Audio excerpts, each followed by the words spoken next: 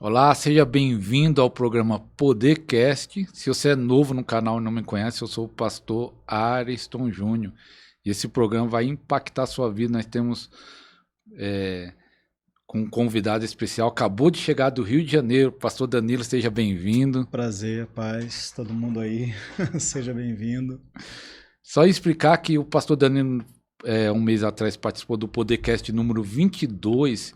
Se você não assistiu, ele conta lá o seu testemunho, a sua história, seu chamado, a chave que mudou a história dele. Eu vou deixar o link aqui na descrição, o primeiro link da descrição desse programa, se você não assistiu, Podercast número 22. E esse programa nós vamos fazer para responder dúvidas que foi levantado sobre aquela questão, sobre a oração em línguas, que é algo muito importante, mas tem muita dúvida ainda no meio evangélico, que nós vamos estar respondendo dúvidas sobre o programa que foi feito, que foi muito forte, sobre oração em línguas. Então compartilhem esse programa com aquele irmão que tem dúvida, que gosta do assunto sobre oração em línguas, e também nunca esqueça do joinha, do like, que ajuda a alcançar o maior número de pessoas. Pastor Danilo, já preparei algumas perguntas, mas hoje de manhã,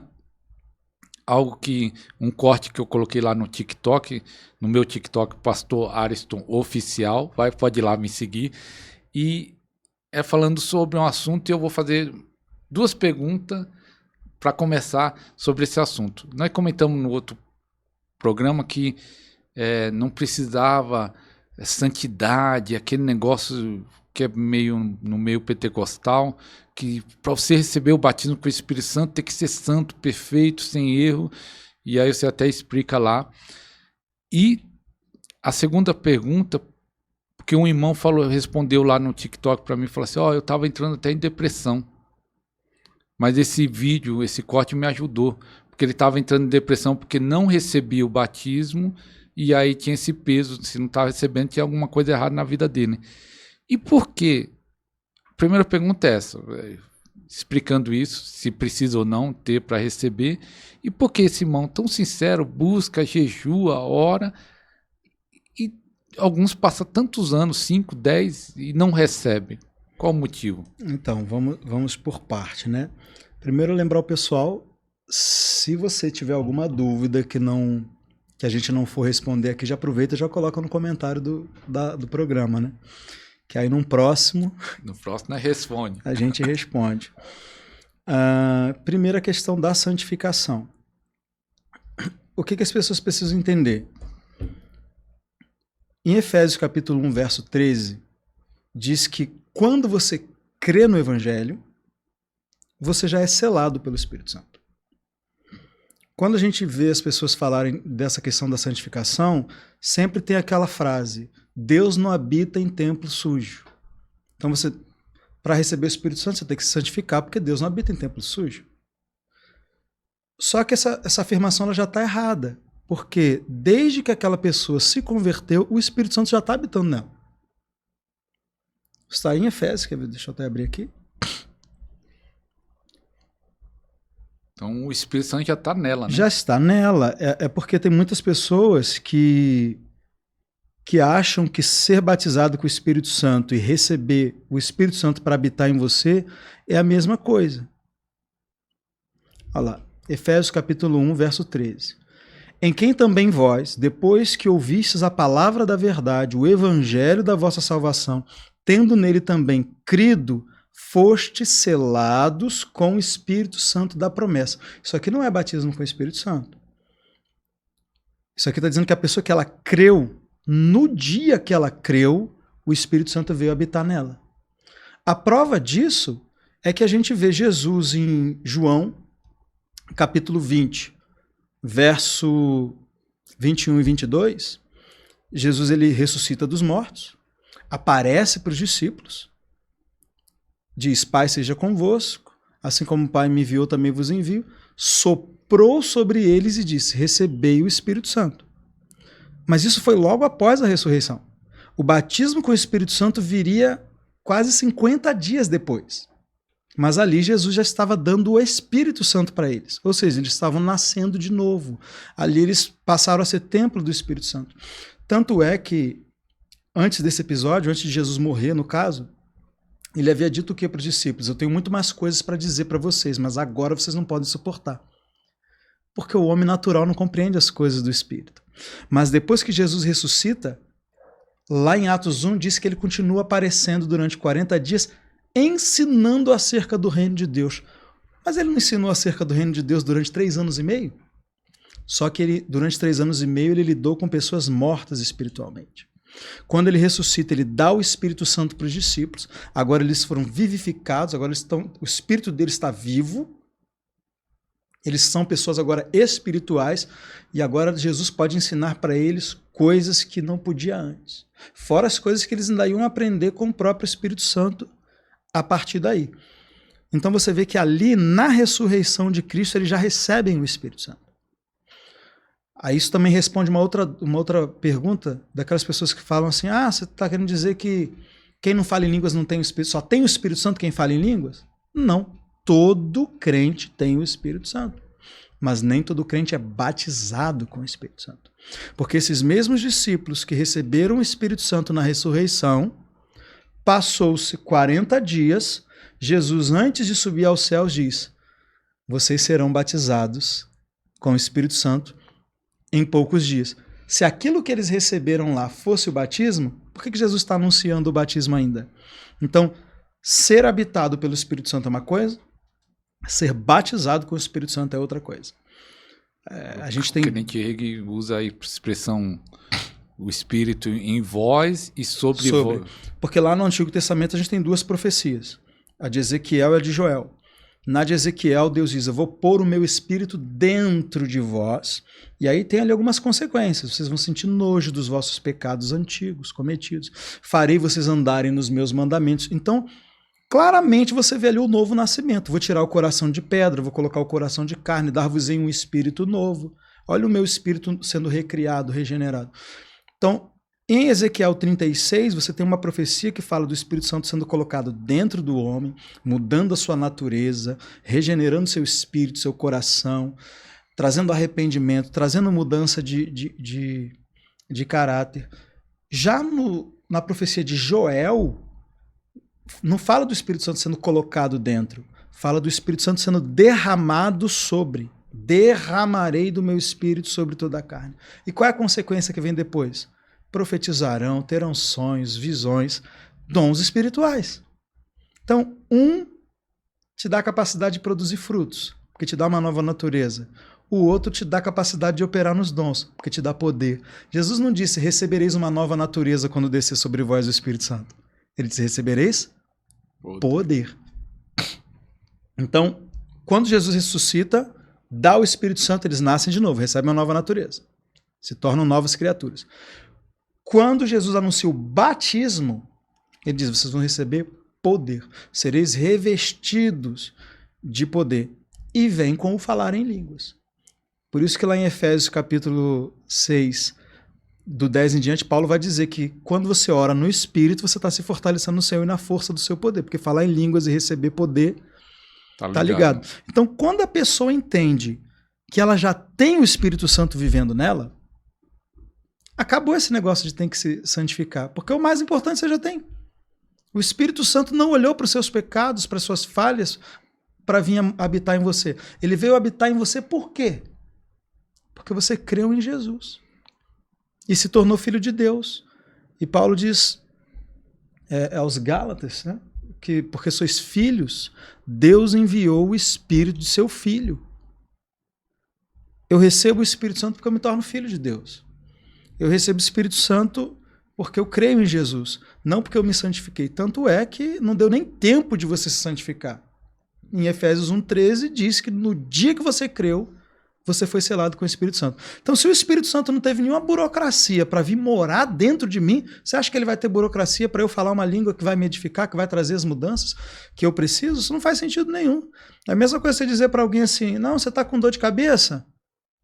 Fica curado, depois você toma um remédio. Ué, mas se eu posso me curar sozinho, para que eu preciso do remédio? O Espírito Santo veio me ajudar nas minhas fraquezas. Se eu tenho que vencer as minhas fraquezas primeiro, para que eu preciso do Espírito Santo, se eu já sou capaz? Então é justamente porque eu tenho fraquezas que eu preciso dele. Uma coisa que eu sempre digo, essa frase, quando eu estou falando sobre essa questão. O Espírito Santo não é uma recompensa para os fortes. Ele é socorro para os fracos. Ele não veio porque você é forte, porque você se santificou. Ele veio para te ajudar a fazer isso. Repete essa frase aí. O Espírito Santo não é um prêmio para os fortes. Você buscou, você conseguiu, você foi lá, você se santificou. Toma aqui o Espírito Santo. Não. Ele é o socorro para os fracos, para aquele que diz, eu não consigo sozinho. Toma, então você precisa do Espírito Santo para te ajudar. Por isso que ele é o ajudador. Ele não é uma recompensa. Ele é aquele que vai te ajudar a vencer tudo isso que você está colocando como empecilho para ele vir. Então, e é justamente o motivo pelo qual ele veio. Suas fraquezas não são... Suas fraquezas, elas não te desqualificam, elas te qualificam. É por causa delas que ele veio. Então entra outra questão. Por que a pessoa demora tanto? Se já está dentro dela o batismo, né? O batismo. Falta de ensino. Falta de ensino. Quando Paulo chegou lá em Éfeso e encontrou 12 discípulos, está lá em Atos 19, ele falou, vocês receberam o Espírito Santo quando vocês creram? Eles falaram, a gente nem sabia que existia o Espírito Santo, a gente não ouviu nada sobre isso. Então, eu falo em línguas pela fé. A Bíblia diz, esses sinais seguirão os que creem, em meu nome falarão novas línguas. Então eu preciso crer para poder receber e falar em línguas. Mas aí Paulo vai dizer uma coisa, eu não tenho como crer se eu não ouvir. Ali ele está falando de salvação, mas isso se aplica a qualquer outra coisa. Como é que você vai crer numa coisa que você não sabe? Então, como crerão se não ouviram? Se houver numa igreja ensinamento que a pessoa pode receber na hora ali. O meu canal é a prova disso. O que mais, se você for pegar os meus vídeos, você vai ver pessoas que estão ali, 20 anos dentro da igreja, que nunca falaram em línguas, entraram num vídeo e começaram a falar em línguas. Não, lá no nosso programa, lá muita gente falou, eu comecei a falar em línguas através do... Só estava faltando o ensinamento. O meu povo perece porque lhe falta conhecimento. Toda área onde você não receber conhecimento é onde o diabo vai te roubar. Se você não souber que você tem algo, o diabo consegue te manter privado daquilo ali. Então por que existe tanta perseguição contra o ensino? Para não ser roubado. Porque o ensino traz fé, a fé traz posse. A partir do momento... Imagina, você está na sua casa sofrendo para pagar teu aluguel, para pagar tuas contas, e às vezes morreu um parente teu, deixou uma fortuna para você, mas você não sabe. Está lá te esperando. Você vai ficar ali vivendo do mesmo jeito. Não tem aquela história, acho que é do Smith Wigglesworth, que ele fala de uma... Ou é outro evangelista, que fala que foi na casa de uma... Achei que Charles Spurgeon. Foi na casa de uma irmã, a irmã tinha lá um quadro na parede, né? Spurgeon. Aí, o que é aquilo ali? Não, aquilo ali é uma lembrança da minha patroa, e era um testamento que a patroa tinha deixado para ela, deixando todos os bens, ela não sabia o que era, porque ela não sabia ler, não era isso? Isso. E ela era rica e viveu anos como pobre, sem saber que aquilo que estava pendurado na parede dela era um testamento de uma fortuna que ela tinha. Então, quando ela ficou sabendo, ela pôde desfrutar. Então, as pessoas não estão desfrutando daquilo que elas não sabem que é direito delas.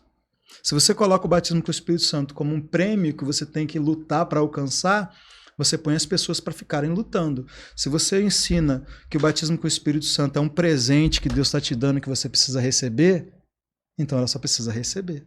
E aí recebe na hora. Que bênção.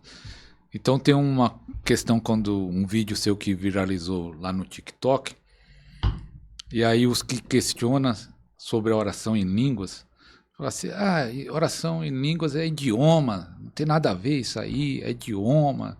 Que eles pegam lá Atos lá que fala isso, eles questionam que não é para hoje, porque foi para aquela época que eram idiomas, né? Existe uma linha tradicional da igreja que não acredita nem nos dons espirituais. Mas o que você responde quando alguém fala isso? Era idioma? Então, é porque assim, são vários argumentos para provar que são idiomas. Vários argumentos. O primeiro, o principal, é Atos capítulo 2. Só que assim, essas mesmas pessoas, para validar alguma outra doutrina, elas precisam de vários textos para aquilo ali. Mas quando convém a elas, não importa se em todo o livro de Atos você vai ver pessoas falando em línguas sem ninguém entender. Mas porque em um lugar diz que pessoas de outras nacionalidades entenderam, aquilo que poderia ser considerado uma exceção vira regra. Você está me entendendo? Atos 10, todo mundo falou em línguas, não diz que alguém entendeu. Atos 19, todos falaram em línguas, não diz que ninguém entendeu. Somente em Atos, capítulo 2, diz que as pessoas entenderam. Supondo que eles estavam falando idiomas, eu provo que não estavam. Mas supondo que estavam, mesmo se estivessem, não impede que aquilo ali seja um tipo de manifestação e que existem outros. Porque você vai comparar Atos 2 com 1 Coríntios 14, você vai ver muita divergência. Um exemplo. 1 Coríntios 14, verso 2. O que fala em línguas não fala aos homens. Em Atos 2. Isso se aplica? Não. Não, eles estavam falando aos homens. Visto que ninguém entende. Ninguém estava entendendo em Atos 2? Todo mundo estava entendendo. Mas fala a Deus. Eu falo com Deus. Olha a diferença. Em Atos 2, falaram aos homens, as pessoas entenderam, eles falaram sobre Deus. Há uma grande diferença de você falar sobre Deus e você falar com Deus. Quando você fala com Deus, você está orando. Quando você fala sobre Deus, você está proclamando. Então, em Atos 2, eles estavam proclamando coisas sobre Deus, falando das grandezas de Deus. Em 1 Coríntios 14, Paulo chama o falar em línguas de oração. No verso 14, ele diz, se eu orar em língua estranha, o meu espírito ora bem. Não fala aos homens, fala com Deus. Que diferença? Ali você tem homens falando sobre Deus. Aqui você tem homens que falam com Deus através dessas línguas. Quer ver outra diferença? Aqui é para edificação da igreja. Lá foi como sinal para os incrédulos. Lá não precisou de intérprete. Aqui diz que tem que ter intérprete para edificar a igreja. O que eles dizem? Por que eles dizem que é idioma? Não. É idioma porque é para pregar o evangelho. Falar em línguas é o dom de falar outros idiomas para poder pregar o evangelho. Se é para pregar o evangelho para o incrédulo, para que falar em línguas na igreja com interpretação para edificar a igreja? É para pregar o evangelho ou é para edificar a igreja? Se é para pregar o evangelho, para que edificar a igreja? Então nem precisa falar em línguas na igreja, vai só pregar o evangelho em línguas. Só que você não vai ver um exemplo na Bíblia de alguém pregando o evangelho em línguas. Eu sei que existem testemunhos hoje de alguém que está falando em línguas, a própria pessoa não sabe que está falando outro idioma, ela acha que ele está orando em línguas, inclusive a maioria fica esperando que vai vir uma interpretação e a interpretação não vem, e ela fica ali com cara de bobo, fala, falei em línguas, não interpretei, o que vão pensar de mim? Daqui a pouco chega o final da reunião, tem algum estrangeiro ali e fala que quer aceitar Jesus. Porque aquela pessoa falou no idioma dele, mas a própria pessoa que falou não sabia. Para ela estava orando em línguas estranhas. Mas no ouvido daquela pessoa, soou como a língua que aquela pessoa fala. Então a gente tem testemunho de pregação do evangelho. Através do dom de línguas. Tem. Mas na Bíblia não tem. Aonde alguém pregou o evangelho em línguas na Bíblia? Em Atos 2, eles não estavam pregando o evangelho. Falavam das grandezas de Deus. Quem pregou o evangelho foi Pedro. Depois que todo mundo se ajuntou, que todo mundo ficou confuso ali, porque estavam falando em língua, Pedro se levantou para pregar o evangelho. E ele não pregou o evangelho em línguas. Ele pregou o evangelho no seu idioma natural. Provavelmente o aramaico. E todos entenderam. Então você vê que não era preciso ali que alguém de um dom de línguas para pregar o evangelho. Porque depois Pedro pregou normal e todo mundo entendeu. Por que todo mundo entendeu? Porque embora cada um fosse de um lugar diferente, a Bíblia diz que eles eram judeus e prosélitos. Eles eram da religião judaica. Eles estavam lá na cidade de Jerusalém porque eles iam para a festa. Provavelmente eles estavam lá desde a Páscoa. Diz que eles estavam habitando ali. Por que habitando ali? Eles eram de outras... Eles eram judeus que nasceram em outros lugares ou pessoas de outros lugares que se converteram ao judaísmo. Mas com certeza eles falavam aramaico ou o grego, que também era tipo o inglês, né, da época, e muito mais forte na época do que o inglês é hoje, porque era um império. Então a língua grega ela era implantada, era obrigatório você saber grego. Estavam debaixo do Império Romano. Pedro não precisou do dom de línguas para pregar o evangelho. Ele pregou e todo mundo entendeu. Porque a maioria ali era judeus, tanto que ele começa a pregação dizendo: ouvi-me, varões, judeus, e vós que habitais em Jerusalém. Ele está falando na língua dele. Então aquilo ali foi para chamar atenção. A pregação foi feita em língua. Você não tem um exemplo de alguém pregando o evangelho em línguas. Não existe esse lugar na Bíblia. Você quer ver só? Atos capítulo 10. Pedro foi pregar para estrangeiros. Se a língua é para pregar o evangelho para um estrangeiro, quem falou em língua lá nesse dia? Na casa de Cornélio? Quem estava pregando ou quem estava ouvindo a pregação? Estava ouvindo, que recebeu, né? Ué, inverteu o negócio, mas o dom de língua não é para pregar, aí quem pregou, não falou em língua. Quem falou em língua foi quem estava ouvindo. Se era para pregar o evangelho, quem tinha que falar em língua era Pedro, não era eles. E outra coisa interessante, quando os judeus que estavam ali com Pedro viram os gentios falando em línguas, ficaram maravilhados e reconheceram que eles tinham sido batizados com o Espírito Santo do mesmo jeito que eles no início. Espera. Um judeu falando outros idiomas chamou atenção. Mas um estrangeiro falando uma língua estrangeira, normal, não? Por que eles consideraram que aquilo era uma prova de que eles estavam sendo batizados com o Espírito Santo? Se eles eram estrangeiros, é normal eles falarem línguas estrangeiras. Se eles estavam falando línguas estrangeiras, tinha muita gente ali naquela casa. Tinha Cornélio, tinha sua família, tinha vizinhos que ele chamou. Aqueles judeus que estavam ali, como que eles poderiam saber que eles estavam falando outros idiomas e que era prova do batismo com o Espírito Santo se eles eram estrangeiros? Quem garantia que eles não estavam falando as línguas deles próprios, ali glorificando a Deus no idioma diferente que eles falavam? Não tem nada de sobrenatural num estrangeiro falar a língua estrangeira. Entende? Então por que eles constataram que eles estavam sendo batizados com o Espírito Santo? Porque não era língua estrangeira. Era a mesma tipo de língua que os outros falaram lá em Atos 2. Tá, Danilo, mas se você está defendendo que eles não falaram idiomas, que eles falaram essas línguas estranhas que vocês falam na igreja, como que as pessoas entenderam? Como que as pessoas entenderam? O texto não diz que eles falaram no idioma daquelas pessoas. Não. O texto diz que as pessoas ouviram idiomas. Idiomas foram ouvidos. Idiomas não foram falados. Eles entenderam, né? Não falar que... Nós estamos entendendo. Então, eu sempre dou esse exemplo aqui, porque tem que ter muito mais fé para acreditar que eles estavam falando idiomas do que para acreditar no falar em línguas, nas línguas estranhas. Por que tem que ter muita fé? Porque desafia a física, desafia o racional isso. O que eles ensinam é muito mais difícil de se acreditar do que o que nós ensinamos. Porque é impossível.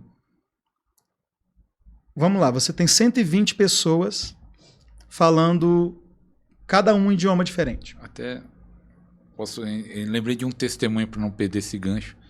Um pastor que foi meu pai na fé, foi na casa de um parente meu, e Deus começou a usar ele em línguas, e ele começou a falar para o meu parente em línguas. Todo mundo que estava em volta ouviu só línguas, mas o meu parente estava ouvindo uma profecia. Deus falando: meu filho, você aconteceu isso com você, aconteceu aquilo. Ele estava ouvindo bem claramente palavras, mas todo mundo que estava em volta estava ouvindo línguas, não ouviu nada. Foi algo sobrenatural, e Deus estava falando com ele diretamente, falando de coisa íntima que só ele sabia. Ele disse que nem a mulher dele sabia, e a mulher dele do lado dele não ouviu nada. Não entendeu. Não ouvia só línguas. Assim, não sei se é o que você ia falar. É o que aconteceu lá. Mas antes, vamos tentar usar o exemplo, vamos tentar provar que eles estavam falando idioma. Uma coisa que eu sempre faço para refutar uma doutrina errada é supor que ela está certa.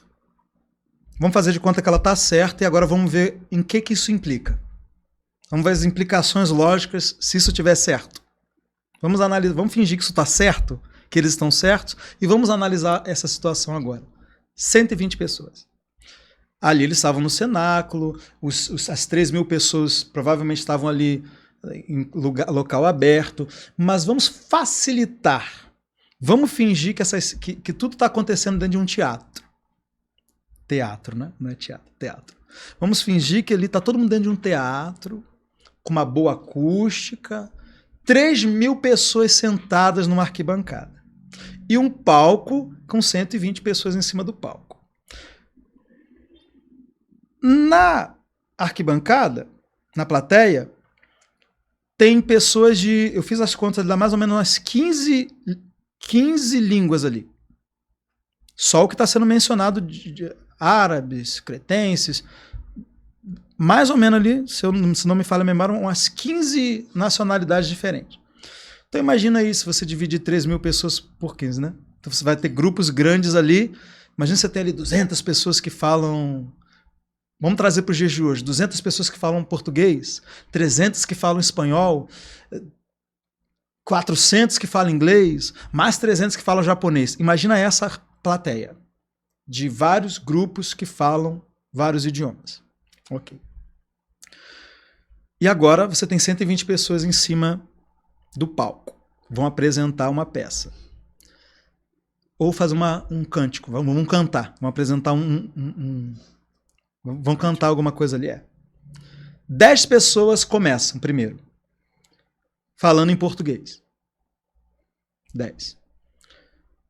Todos os brasileiros ou portugueses ou angolanos que tiverem ali, que falam português, vão falar, nossa, olha, eles estão fazendo a peça em português, que interessante, que bom, agora eu vou poder entender. Ok, tá todo mundo que fala português está entendendo. Mas vamos supor que agora mais 10 começa a falar. Tinha 10 falando português, agora tem mais 10 que começa a falar inglês. Ao mesmo tempo que os outros 10 estão falando português. Já começou a ficar confuso o negócio. Você tem 10 falando inglês e 10 falando português. Já começa a virar uma bagunça. Mas talvez eu que estou aqui perto da plateia ainda consigo fazer um esforço, meio que ignorar quem está falando inglês e prestar atenção em quem está falando em português. Ok. Mas e o brasileiro que está lá na última fila? Ele está ouvindo 20 pessoas lá, 10 falando em inglês e 10 falando português. Com certeza para ele já está mais difícil entender quem está falando português. Agora você imagina que mais 10 pessoas começam a falar em russo. Aí já não dá. Aí você tem 10 pessoas falando russo, 10 pessoas falando inglês, 10 pessoas falando em português. Agora você imagina que todas as 120 começam a falar juntos e cada grupo de 10 está falando um idioma diferente. Qual a chance de que 3.000 pessoas, cada uma entendeu perfeitamente o que aquela pessoa que estava falando no idioma dela estava falando? Não dá. Meu Deus, tinha que estar ali, todos aqueles que falam aquela língua tinha que estar aqui num lugar perto desse grupo aqui que está falando idioma. Não faz sentido nenhum, geograficamente, de qualquer análise que você quiser fazer isso aí. Então, o que aconteceu ali realmente? O mesmo Deus que confundiu as línguas lá em Gênesis, porque o que aconteceu lá na Torre de Babel? Você tinha pessoas que falavam o mesmo idioma. Imagina, todos nós aqui estamos falando português. Imagina que a gente está aqui construindo aqui uma torre, tá ali construindo uma torre. E aí eu falo para você, você é meu amigo de infância, a gente cresceu junto. Eu viro para você, Soramakatola barosa iakataya. Poxa, que é isso aí que você está falando? O que você falou? Aí quando você me pergunta o que eu falei, para mim você falou isso aqui, ó. Barohaiti kalamanto yosuya rabarosa katilavusha. Oxe, você acha que a pessoa que está falando, você acha que ela está falando outra língua? Não. Para ela está falando a mesma língua que ela sempre falou. E você acha que também está falando a mesma língua que você sempre falou. E nós somos amigos de infância. Nós sempre conversamos nesse idioma. Mas agora, eu não estou entendendo o que você está falando. E você não está entendendo o que eu estou falando. Mas eu continuo achando que eu estou falando a mesma língua. Você também continua falando a mesma língua. Mas nós não nos entendemos mais. Como Deus fez isso? Não é que de repente uma pessoa começou a falar outro idioma. Não, ela falou, não, me passa a marreta aí. Só que o outro lá entendeu recalamassoteca. Falou, oxe, ficou doido. E aí dividiu todo mundo. Foi isso que aconteceu lá. Não é que do nada alguém começou a falar outro idioma. Nossa, olha, agora eu tô falando um idioma diferente. Não, ninguém entendeu nada.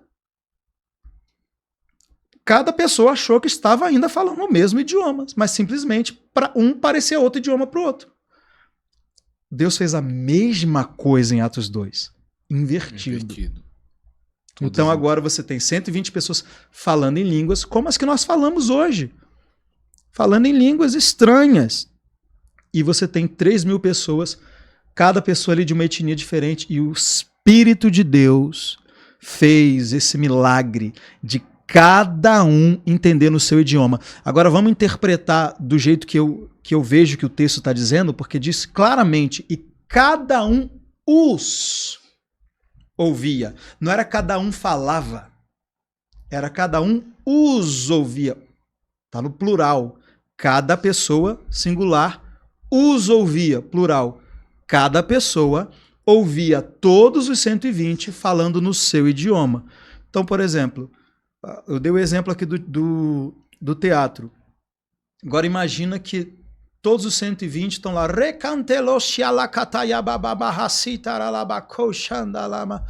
falando em línguas. Mas todos os brasileiros que estão ali estão ouvindo todos eles falando em português. Todos os americanos que estão ali estão ouvindo todos falando em inglês. Todos os russos que estão ali estão ouvindo em russo. Isso é um milagre sensacional. Isso é um milagre. E outra coisa, né? Se você olha para uma arquibancada de um jogo de futebol e você tem uma pessoa cantando alguma coisa lá no meio, tu não ouve. Se tiver 10 pessoas cantando alguma coisa, tu também não ouve. Mas quando toda a torcida canta uma coisa, é campeão, é campeão, aí você ouve. Por quê? Mesmo que aquela uma pessoa está muito longe, mas quando junta as vozes, você consegue tanto ouvir quanto entender o que está sendo falado, mesmo que você esteja longe. Porque as vozes juntas, né, equalizam ali. Foi isso que aconteceu em Atos. Então, cada pessoa que estava ali não ouviu uma pessoa que estava falando no idioma dela. Cada pessoa ouviu 120 pessoas dando para ela a mesma mensagem. Então ela ouviu mais ou menos a voz de uma torcida falando a mesma coisa. E qual era a confusão? A Bíblia diz, estavam confusos. Por quê? Porque cada um os ouvia no seu próprio idioma. A confusão não era só eles estarem falando idiomas. A confusão era que cada um estava ouvindo uma coisa diferente. Não são galileus todos esses? Como que cada um de nós os ouve no nosso próprio idioma? Os ouve sempre está no plural. O cada um sempre está no singular. Cada um ouve, os ouve. Ou seja, cada pessoa ouve todos os 120 falando no seu idioma. Aí, para finalizar Atos 2, a palavra idioma, que eles sempre vão dizer, que a palavra grega ali é glossa. Glossa. Eu tenho aqui a Bíblia aqui com os números de Strong. Se eu abrir aqui, o significado de glossa. Atos 2. Atos 2, 4. E todos foram cheios do Espírito e começaram a falar noutras línguas. Glossa. Língua. Membro do corpo humano. Órgão. Ou idioma, dialeto usado por um grupo particular de pessoas diferente dos usados por outras nações. Isso aqui é a definição de Strong. Que a maioria das pessoas usa esse dicionário. Então você vê que não necessariamente está falando que é idioma. Língua. Mas hoje a gente usa a palavra língua tanto como órgão, mas quando a gente vai falar de língua estranha, por exemplo, a gente usa a palavra língua. Mas e se fosse idioma? Um idioma estranho. Paulo usa essa mesma palavra lá em 1 Coríntios 13, quando ele vai falar, ainda que eu falasse a língua dos homens e a língua dos anjos. Aí ele diz, o fato da palavra glossa significar idioma não pode se referir a uma língua espiritual, tem que ser um idioma terreno. A língua dos anjos é um idioma terreno? Não, mas Paulo usa a palavra glossa. E outra, isso aqui é engraçado, diz que foram vistas sobre cada um deles línguas como que de fogo. Era o que? Idioma de fogo na cabeça dele? Mas é interessante que foi falado, que eu coloquei até um corte ontem, que é um grupo que é conto sobrenatural. E quando vai falar em línguas... Antes de ir para a próxima pergunta, eu quero só falar assim, uma novidade aqui para o pessoal do canal. Eu e o pastor Danilo, nós vamos começar um programa novo, porque o podcast, nós convidamos, esse é o podcast de número 26, nós convidamos pastores, pastoras, e cada um fala seu testemunho, seu chamado, seu ministério, o que é usado em cura fala de cura, o que tem a revelação da oração em línguas, fala da oração em línguas, que é de libertação. Já teve vários pastores aqui, pastoras, mas só que o projeto de nós começar um novo programa chamado Vida no Espírito é para ficar um programa de tema, é um programa focado em um assunto só, que é diferente do podcast, que vai depender do convidado. O podcast é o pastor, o convidado vai ser o foco no ministério dele e o testemunho dele. Mas esse na vida do Espírito, nós vamos se aprofundar sobre a vida do Espírito. Só dar uma pincelada, o que é uma vida do Espírito, para o pessoal entender que, se Deus quiser, não começa no mês que vem, em nome de Jesus. Vida no Espírito é a única vida que o cristão deveria viver, né? Vida no Espírito era o que Adão tinha no Éden. Mas é possível? Oi? Possível ter essa vida no Espírito? Ter nós já temos. Todo crente tem a vida no Espírito. Por causa do Espírito Santo. Vida no Espírito é o que já está escrito. É a vida no Espírito. É a vida de Deus no seu Espírito. Então, vida no Espírito começa quando você nasce de novo. Só que Paulo diz o que lá em Gálatas? Se vivemos no Espírito, todo crente já vive no Espírito. Andemos também no Espírito. Então, viver no Espírito é uma coisa, andar no Espírito é outra. A visão de vida no Espírito é para quê? Ensinar a esse cristão o que é essa vida no Espírito. Ele saber quem ele é em Cristo, o que é ser uma nova criatura, o que é o novo nascimento, o que é ter a natureza de Deus. E uma vez que eu entendo tudo isso, como andar nisso? Como desenvolver isso? Como trazer isso para fora e desfrutar disso em todas as áreas da minha vida? Então a visão de vida no Espírito é essa. Por isso que a gente ensina sobre as práticas espirituais, oração em língua, jejum, meditação na palavra, que é o que vai te levar a desenvolver essa vida no Espírito. Porque você já tem a vida no Espírito. Todo crente tem a vida no Espírito. O Espírito dela está vivo. O Espírito dela estava morto, separado da vida de Deus, foi vivificado. Só que, por exemplo, uma pessoa pode estar viva fisicamente, mas em coma. Viva fisicamente, mas paralítica, sem conseguir andar. Então tem cristãos que estão vivos espiritualmente, mas não estão andando no Espírito. Os coríntios, por exemplo, né? Eles eram vivos espiritualmente, mas andavam na carne, segundo a carne. Então a visão de vida no Espírito é conscientizar o crente de que ele está vivo espiritualmente, o que ele tem, o que é essa vida que ele tem, o potencial que isso dá para ele, e dar a ele as ferramentas para ele desenvolver isso, para ele andar nisso. Senão ele vai andar como qualquer ser humano. Então você precisa entender vida no Espírito para andar por fé, para andar em poder, para andar em amor, para andar em santidade. Porque a maioria das coisas que a Bíblia no Novo Testamento pede para você fazer, você só pode fazer se for pelo Espírito. Na força do braço você não faz, não. Então vai ser algo muito forte, hein? Vai ser muito bom, que vai desenvolver. Então, envolve ministério, envolve vencer vícios pecaminosos, envolve tudo na sua vida. Ó. Então, tiver dúvida o que é a vida do Espírito, já pode ir colocando aí. Qualquer dúvida da oração em língua que nós estamos falando, já vai colocando aqui na descrição as dúvidas, que daqui um mês nós vamos responder as dúvidas e se aprofundar na vida do Espírito.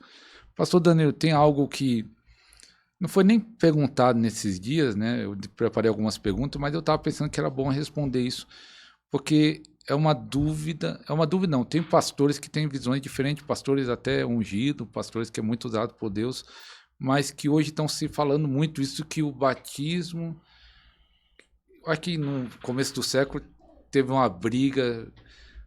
Qual era a evidência do batismo do Espírito Santo? Aí muitos estão falando que a evidência é isso, é aquilo, mas qual é a evidência do batismo do Espírito Santo? Nós falamos no começo do batismo. Qual é a evidência? Esse tema ele já é mais delicado, porque já não é o nós e eles lá, né? Aqui a gente já está falando de pessoas que são do nosso meio. Dos renovados. Pessoas que nós até respeitamos, né? Ministros respeitados, usados por Deus em curas e milagres, mas que defendem um batismo com o Espírito Santo não necessariamente evidenciado pelo falar em línguas. E eu não creio nisso. Eu creio veementemente que tem gente que vai pensar isso porque confunde o ser habitado pelo Espírito Santo, aquela pergunta que a gente respondeu logo no início. Eu sou batizado com o Espírito Santo porque eu sou batizado com o Espírito Santo desde que eu me converti. Isso daí é um outro entendimento.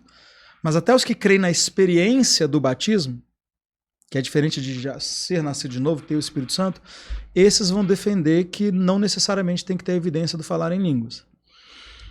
Só que assim, eles só conseguem falar sobre isso à luz de experiências, nunca à luz da Bíblia.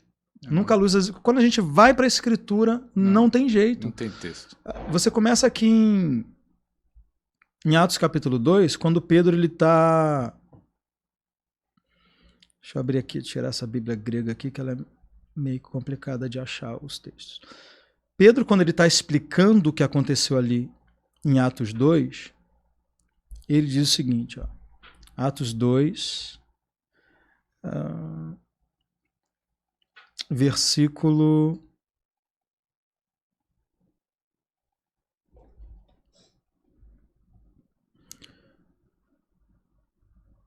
33. Atos 2, 33. Diz assim, falando de Jesus: exaltado à direita de Deus, tendo recebido do Pai a promessa do Espírito Santo, derramou isto que agora vedes e ouves. Derramou isto o quê? A promessa do Pai. O que é a promessa do Pai? O batismo com o Espírito Santo. Jesus falou no capítulo 1, envio sobre vós a promessa do Pai que de mim ouvistes. Sereis batizados com o Espírito Santo. Então, a promessa do Pai aqui é o batismo. Pedro está dizendo que o batismo é isto que vedes e ouves. Então, primeira coisa, não existe batismo invisível e inaudível. Eu fui batizado com o Espírito Santo, mas não falo em línguas. Não foi. E alguns talvez o Espírito Santo tentou te batizar, talvez você sentiu uma unção. Eu vou falar isso. A pessoa caiu, sentiu aquele fogo, eletricidade. Não, ela recebeu uma unção. Até uma pessoa que já é batizada com o Espírito Santo pode receber uma unção. Ela não está sendo batizada com o Espírito Santo ali. Ela foi batizada quando ela foi batizada. Sim. Ela está recebendo uma unção, um toque.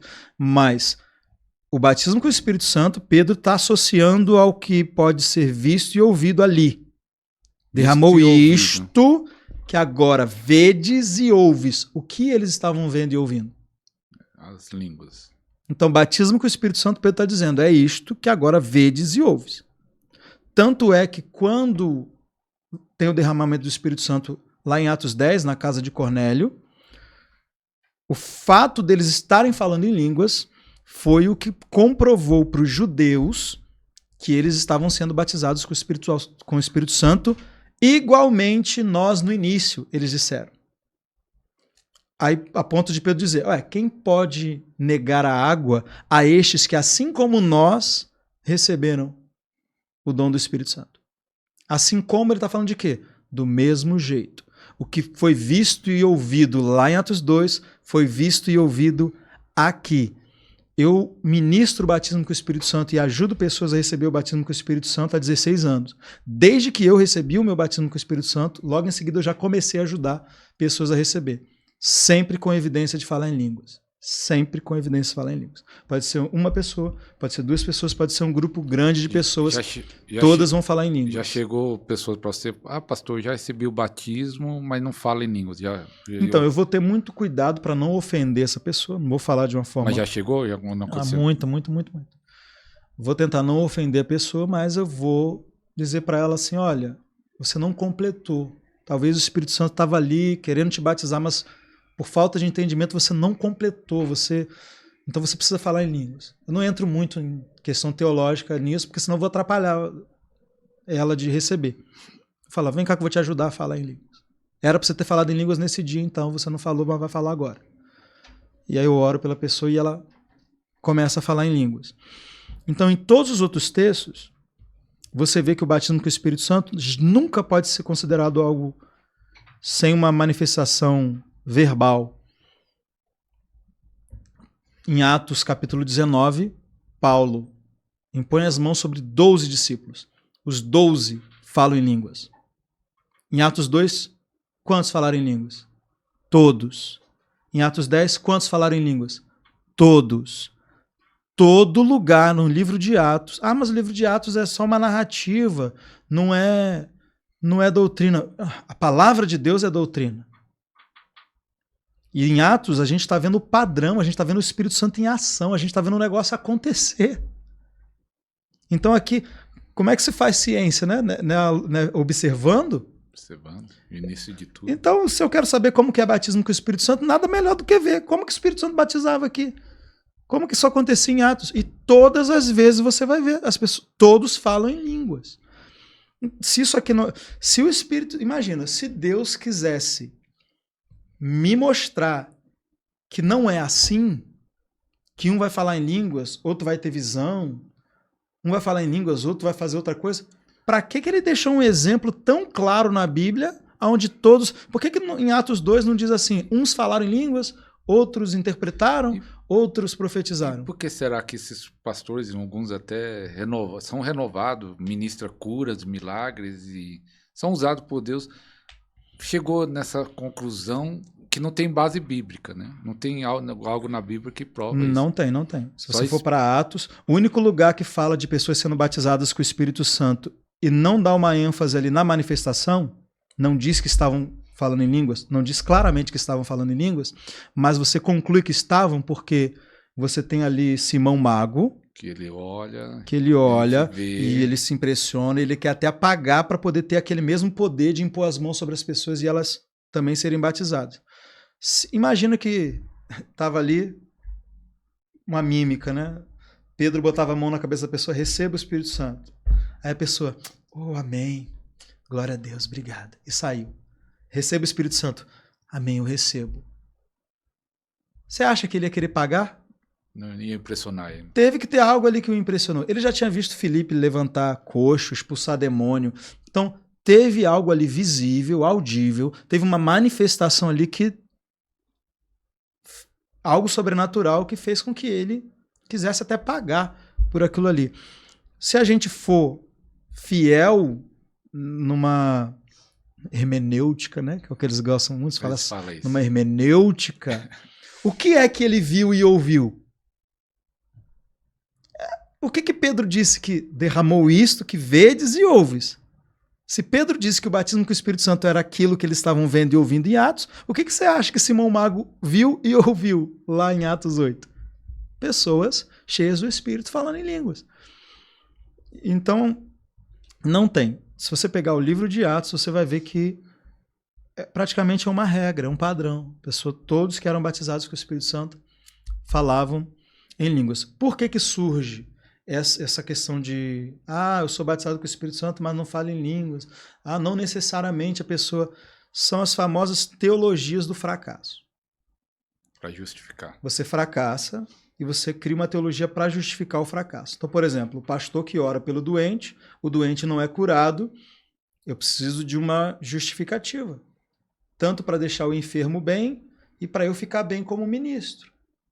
Porque se eu falo que é a fé do doente, eu estou magoando o doente. Se eu falo que não tive fé ou não tive unção, eu fico mal como ministro. Então vamos botar a culpa em quem? Em Deus. Deus sabe de todas as coisas, né? Tem o espinho na carne de Paulo, tem doença que Deus cura, tem doença que é para o médico curar. Deus cura quando é da vontade. Começa a surgir as teologias para justificar o fracasso. É igual aquele texto lá que os discípulos não conseguiram expulsar o demônio. Se fosse hoje, ia falar, não, é que Deus não queria, coisa e tal. E Jesus falou, é a causa da pequena fé de vocês. Jesus era curto e grosso. Mestre, por que não podemos expulsar? Por causa da pequenez da vossa fé. Culpa é de curto vocês e grosso. Agora imagina se Jesus não está ali. Ia começar. Por que será, né? Por quê? Jesus já deu autoridade. A gente expulsou, não saiu. Deus é soberano. Já ia começar. Então, são ensinos que eles ficam tentando fechar lacunas, confortar as pessoas. Então, eu tenho uma pessoa que não fala em línguas, eu quero confortar ela para ela não se sentir inferior a quem fala em línguas. Eu não quero confortar ninguém, eu quero que ela fale em línguas. Isso não ajuda. Essa teologia do conforto não ajuda. Eu não quero confortar o doente, dizer que Deus tem um propósito. Eu quero ensinar ele sobre... Se eu orei por ele e não foi curado, eu vou ensinar ele sobre fé, sobre confessar a palavra. Eu quero que ele seja curado, eu não quero que ele fique confortável. Então são paliativos. Eu não quero que a pessoa... amém, eu não falo em línguas, mas... tá bom, né? Nem todo mundo vai falar em línguas, foi importante que eu sou batizado... Não, eu prefiro, e é por isso que eu tenho êxito no meu ministério em levar as pessoas a falarem línguas, porque eu tenho convicção de que Deus deseja que todos falem línguas, e que falar em línguas não é algo complicado, é algo fácil, se a pessoa tiver as informações corretas. Esse tipo de ensino pode parecer que está ajudando, porque está fazendo a pessoa que não fala em língua se sentir bem, mas está atrapalhando. Então vamos deixar claro. Primeira evidência, número 1, do batismo do Espírito Santo é a oração em línguas.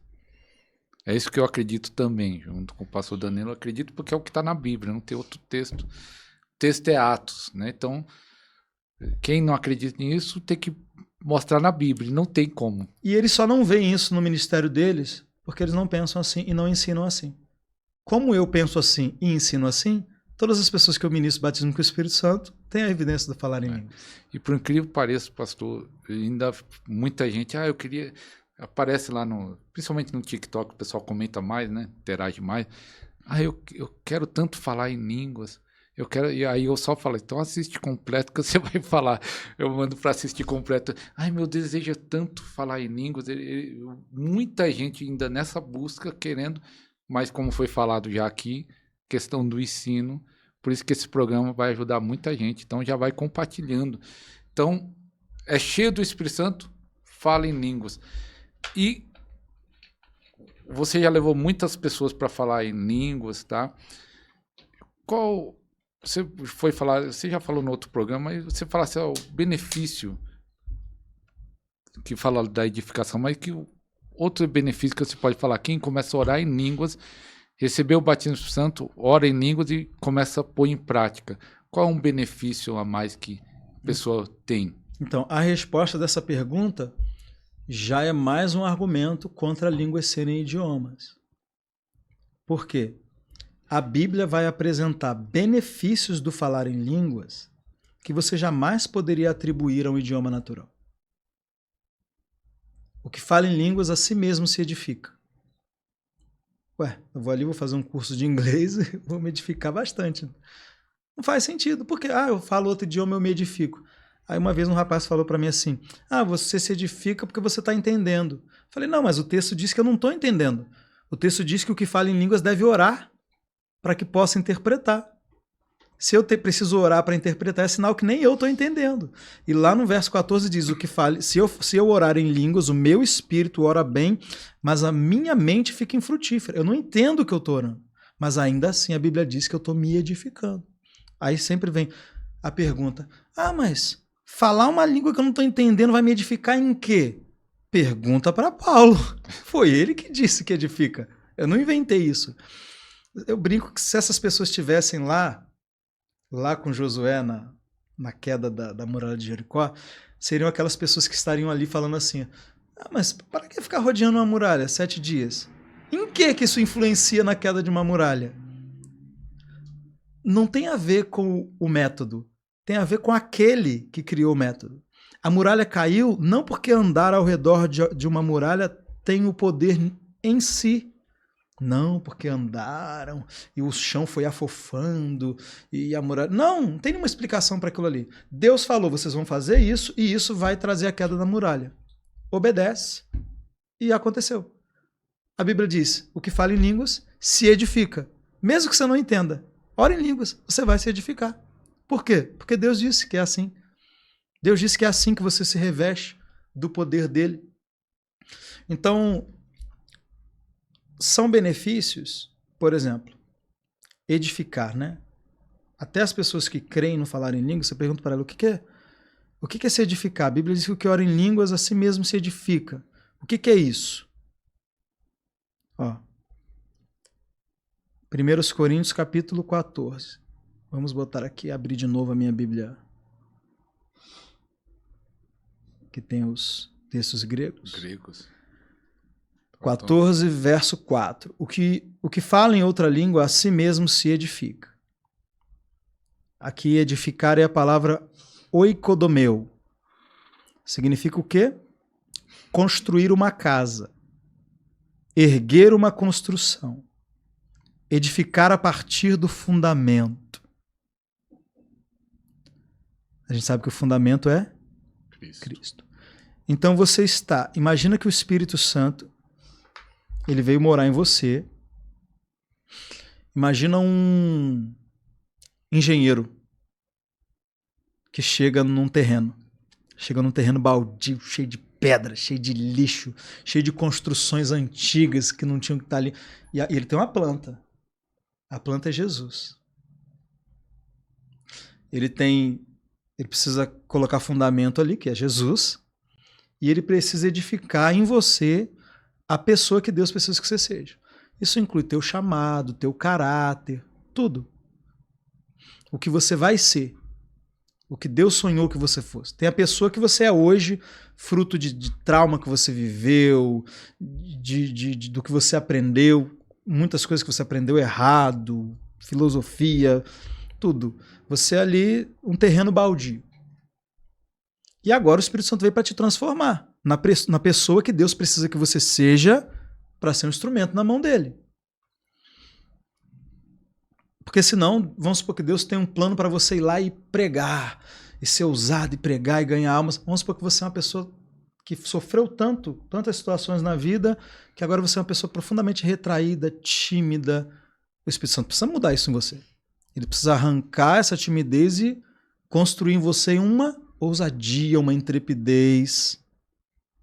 Concorda? Então imagine que o Espírito Santo ele é esse engenheiro que veio com uma planta. E agora ele tem que construir ali. Quando você ora em línguas, a construção começa. Então você está se construindo. A palavra é essa, a si mesmo se constrói. Eu queria tanto ser uma pessoa mais ousada. Se você orar em línguas, você vai construir essa ousadia. Eu queria vencer isso aqui. Se você orar em línguas, você vai vencer. Queria ter mais fé. Você vai construir essa fé. A Bíblia também diz que o Espírito Santo me ajuda nas minhas fraquezas. Porque eu não sei orar como convém, mas ele intercede por mim com gemidos inexprimíveis.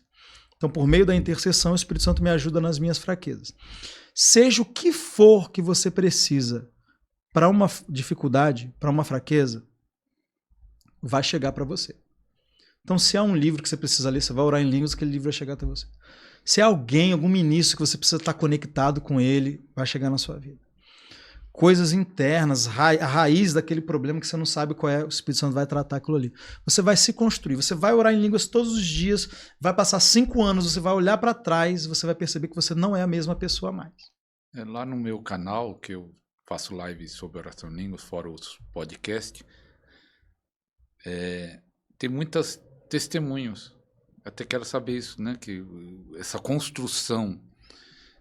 Tem uns que falam assim, pastor, depois de 1 ano orando em línguas, alguns começam a ver milagres, ser usado em milagre, aconteceu isso e aquilo, provisão financeira.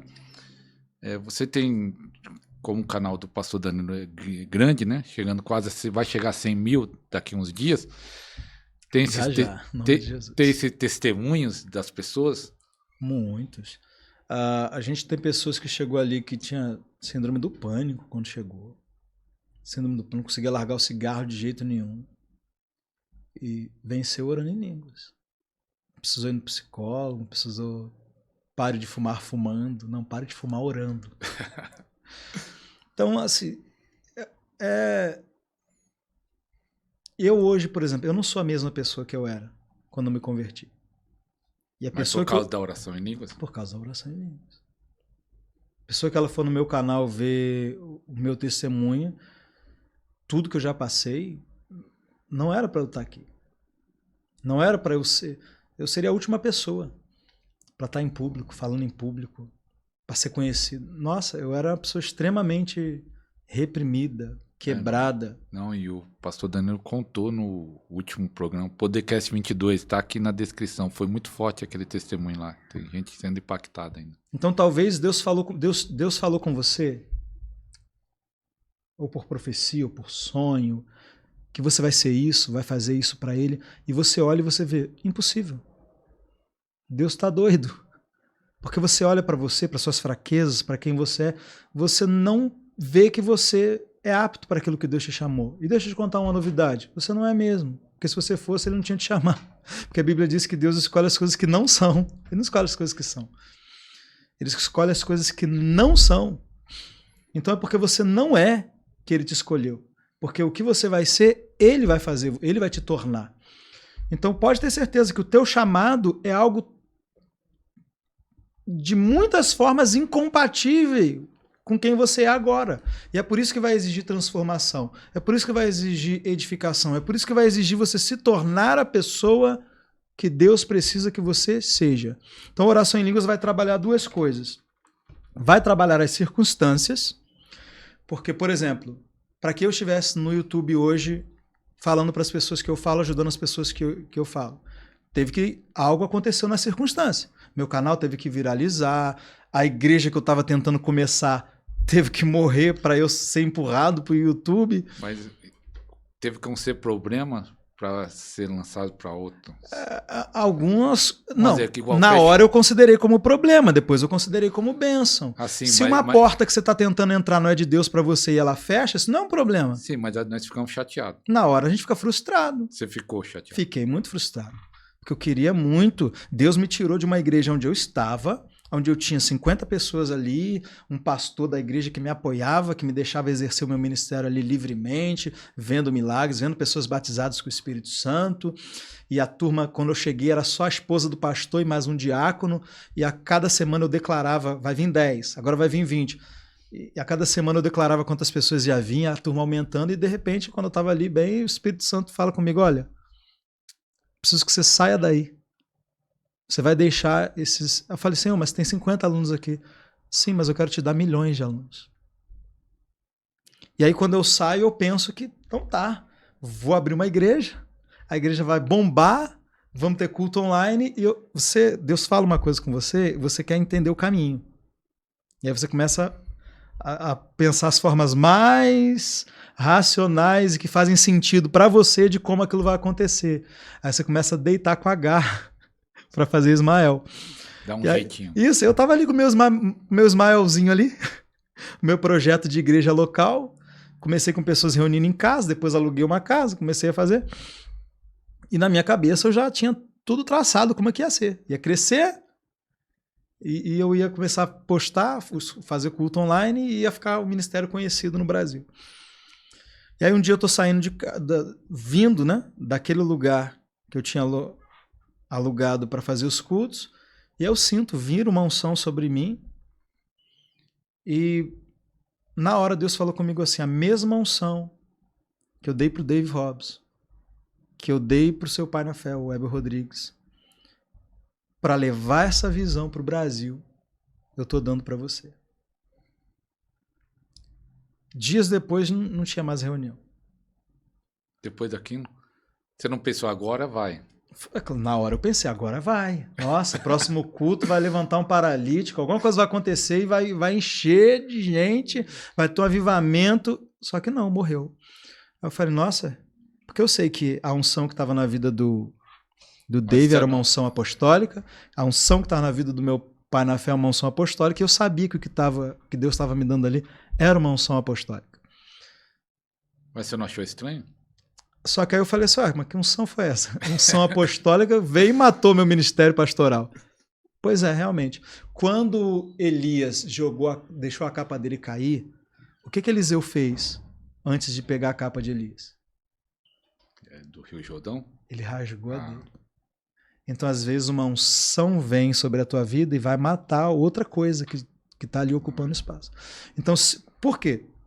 Se eu tivesse continuado focado ali naquele ministério pastoral, eu não tinha ido para a internet com tanta força como eu fui. Aquela frustração gerou que, nossa, mas eu não posso ficar sem fazer nada, eu preciso levar esse ensino. E fui para a internet, mas não ouvi uma voz dizendo vai para a internet. Já tinha sonhado há 10 anos atrás, mas nem imaginava que aquele sonho onde eu pregava dentro de um carro e pessoas dentro da igreja me ouviam, não imaginava que era live. Na época, há 10, 11 anos atrás, não era igual hoje. Mas não imaginava mesmo. E aí comecei a gravar vídeo, comecei a fazer e fiquei 1 ano e meio quase fazendo um trabalho ali com poucas pessoas, tanto no canal quanto na internet. E de repente o meu canal, no início do ano passado, viraliza. Aí começa a entrar 1.000 pessoas por dia no canal. Por que eu estou falando tudo isso? Você percebe que foram várias circunstâncias que se moveram para que o meu chamado acontecesse? Coisas que não dependiam só de mim? Sim. Coisas que se talvez dependessem só de mim, eu estaria fazendo o que eu não fui chamado para fazer naquele momento? Eu tenho uma unção pastoral na minha vida, mas não era para aquele momento. E eu fui para a internet com uma unção. Eu fui mais como mestre. Mas a unção apostólica se manifestou e o alcance foi maior. Então, quando se trata do teu chamado, existe essa questão das coisas ao seu redor que precisam se mover e tem a questão de você que precisa ser a pessoa certa naquele momento. A história de José, por exemplo. Olha tudo que aconteceu ao redor de José.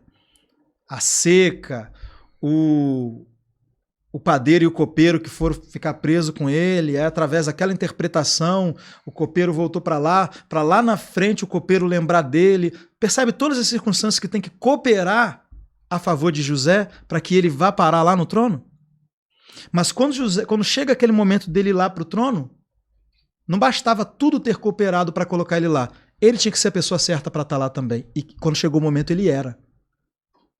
Então, são duas coisas que são trabalhadas. O circunstancial, para tudo cooperar, para te colocar no lugar certo, diante das pessoas certas, na situação certa, no momento certo, e você também ser a pessoa certa para lidar com aquele momento. Se o que aconteceu no meu canal acontecesse alguns anos atrás, eu com certeza estragaria tudo. Eu não teria ainda um nível de mortificação da minha carne, de renovação da mente, de orgulho, de vaidade, de tantas coisas da pressão que vem de Satanás, porque vem, mas a gente sabe que ele nos deu autoridade para pisar serpentes e escorpiões, e contra todo o poder do inimigo e nada nos fará dano algum, mas a pressão vem, mas você sabe se posicionar.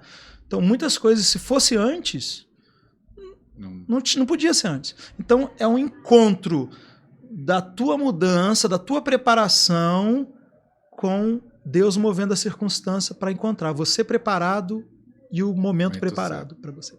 A oração em línguas trabalha as duas coisas. Porque na circunstância, todas as coisas cooperam para o bem daqueles que amam a Deus. Esse versículo aparece logo depois do versículo que diz que o Espírito Santo ora a vontade de Deus para a minha vida. Quando eu oro em línguas, eu estou orando 100% a vontade de Deus para a minha vida. Se eu estiver na profissão errada, a oração em línguas vai me tirar daquilo ali. Aí a pessoa não entende. Poxa, eu estava aqui, estava tudo dando certo para mim, comecei a orar em línguas, deu tudo errado. Porque a pior coisa que existe na vida é você dar certo em algo que Deus não te chamou para fazer. Tiver no ministério errado também. Dar errado algo que não é de Deus para a tua vida é a melhor coisa que existe.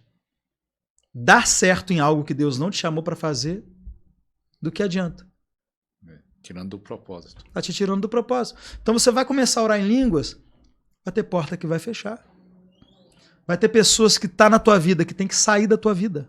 Tem uns que falam assim, pastor, comecei a orar em línguas, piorou tudo. E eles perguntam, por quê? Aí tá a resposta. Né? Porque quando o engenheiro chega num terreno e o terreno não está pronto para construir, tem que cavar, tem que bagunçar, tem que demolir. Se tem uma outra construção lá que está atrapalhando a construção nova, vai ter que demolir, vai ter que quebrar tudo. Entende? Então é isso. O Espírito Santo vem para construir a vida que Deus tem para você e você já construiu a tua própria vida do que tu achava, do que tu queria, o Espírito Santo vai começar a ter que... Antes de gerar Isaac, vai ter um monte de Ismael para morrer. A nossa alma ela é uma fábrica de Ismaéis. Então, quando a pessoa fala, ai, tá dando tudo errado, comecei a orar em línguas, você acha que foi bom? Abraão gostou de ter que mandar Ismael embora? Quando Deus falou de Isaac para ele, qual foi? Viva Ismael perante o Senhor. Na hora que ele percebeu que Ismael não era o filho da promessa, ele...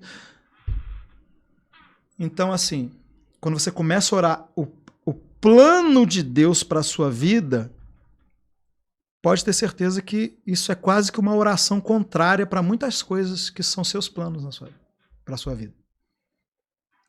Então, talvez você tenha um sonho de ser um empresário, mas Deus não tem isso para você. Você vai orar em línguas, toda a tua oração em línguas vai estar ali focada em matar esse teu sonho. Então, oração em línguas também é cruz. É uma troca. Você está trocando a tua vontade pela vontade de Deus para a sua vida. Então, as coisas vão começar a acontecer. Se tem alguém na sua vida que não tem que estar, vai sair. Se tem gente que tem que chegar na sua vida porque está alinhado ao teu propósito, é uma conexão, que tem que ter aquela conexão. Essa pessoa vai chegar na tua vida. Então, hoje estou aqui, o Matheus, que me ajuda, a Rose, que me ajuda. Agora estou aqui conectado com você. Tudo isso é fruto de oração em línguas. Estamos aqui no podcast em Zona Leste.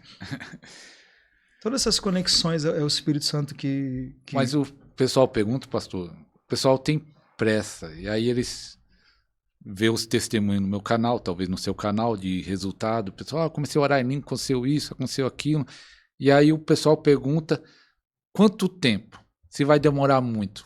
Essa pergunta para você, pastor, eu preciso de uma mudança urgente, quanto tempo vai acontecer? É porque as pessoas elas estão focadas na mudança das circunstâncias. Deus não está tão interessado assim em mudar as tuas circunstâncias. Tá, não. Você vai desanimar, Silvio. Não, é porque o que acontece? Vamos supor, se você está numa situação de pobreza, porque você tem uma mentalidade de pobreza, Deus pode te botar um monte de dinheiro na tua mão. Você vai voltar para a mesma situação. Então não é quando eu digo que Deus não está tão interessado em mudar a tua circunstância, não é que Deus não está... Não é que Deus não se compadece do que você está sofrendo. É porque Ele quer tratar a raiz do problema. Então, Deus não quer mudar necessariamente a tua circunstância, Ele quer mudar você. Ele quer mudar você. Né? Ele quer mudar você, porque toda mudança que Deus fizer em você vai afetar a tua circunstância. É a maioria. Agora, claro, se a pessoa está enferma, claro que Deus quer curá-la ali agora. Não é disso que a gente está falando. A gente está falando, por exemplo, a pessoa tem problema no casamento. Ah, Deus, salva o meu marido. Salva o meu marido. Está lá orando em português. Salva esse homem, Senhor, esse homem. E aí começa a falar mal do marido para Deus. Isso não é intercessão não, tá, gente? Isso é calúnia.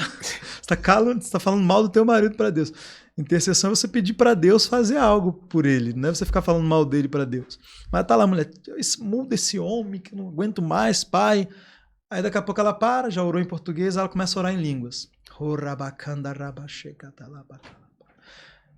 Aí agora que ela está orando em línguas, olha o que ela está orando. Me muda, Senhor. Me muda, porque se eu mudar nessa área, o Senhor vai poder mudar o meu marido naquela área. Me muda, Senhor. Tira de mim essa ranzinzice, essa reclamação. Ou então o homem está lá. Senhor, muda essa mulher. Senhor, muda essa mulher está sempre triste, essa mulher está sempre reclamando. Orou em português, porque na cabeça dele o problema é a mulher. Aí agora ele vai orar em línguas.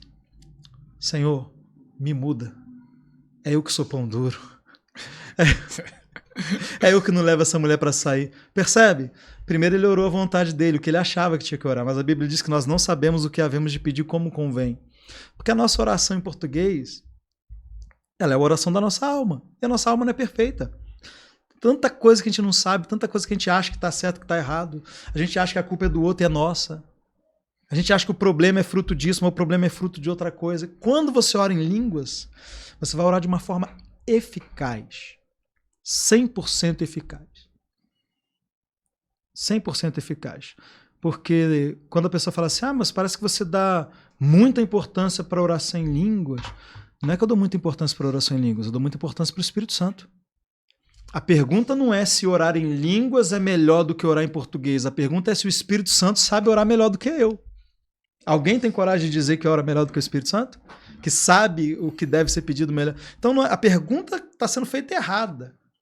Orar em línguas é melhor do que orar em português? Não faça essa pergunta.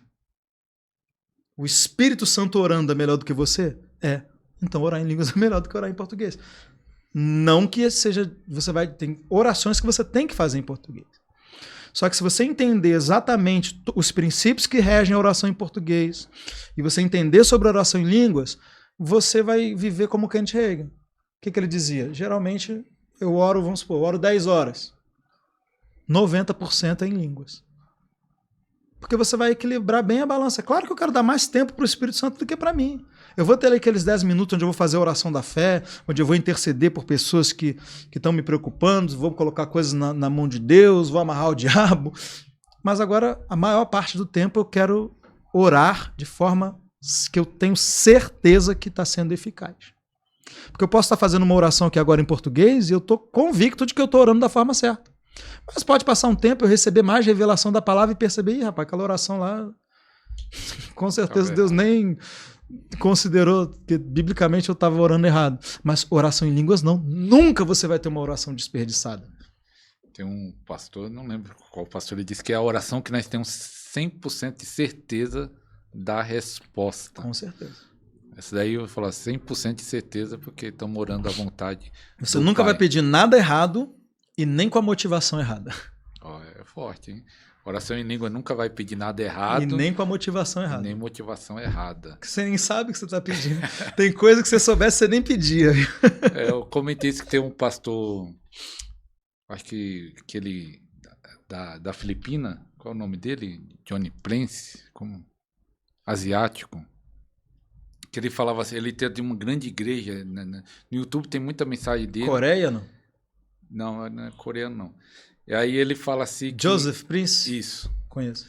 Ele fala assim que eu já orava por vocês antes, há 10 anos atrás, que ele falava da oração em línguas. Pelas pessoas, né? Pela igreja dele, que é gigante, pelo canal. Ele falou assim, se Deus me mostrasse tudo isso que eu tenho hoje, eu ia ficar com medo. Não ia querer há 10 anos atrás. Mas 10 anos atrás ele já era gago, né? E ele já orando em língua, ele falou, eu já estava orando por vocês. Ele era gago, tímido. Tímido, e Deus deu um ministério gigante lá no país dele. É isso, a oração em línguas é uma ferramenta, por isso que nós estamos esse programa respondendo pergunta. Eu vou repetir, você dá um like, tem dúvida sobre a oração em línguas, sobre a vida do Espírito, o jejum que entra tudo, escreva aqui a sua dúvida, que no mês que vem nós vamos começar um programa para se aprofundar na vida do Espírito. E a oração em línguas faz parte disso também, né? Se tiver dúvida sobre a oração em línguas, e também manda para o irmão aí, tirar muitas religiosidade, muito engano.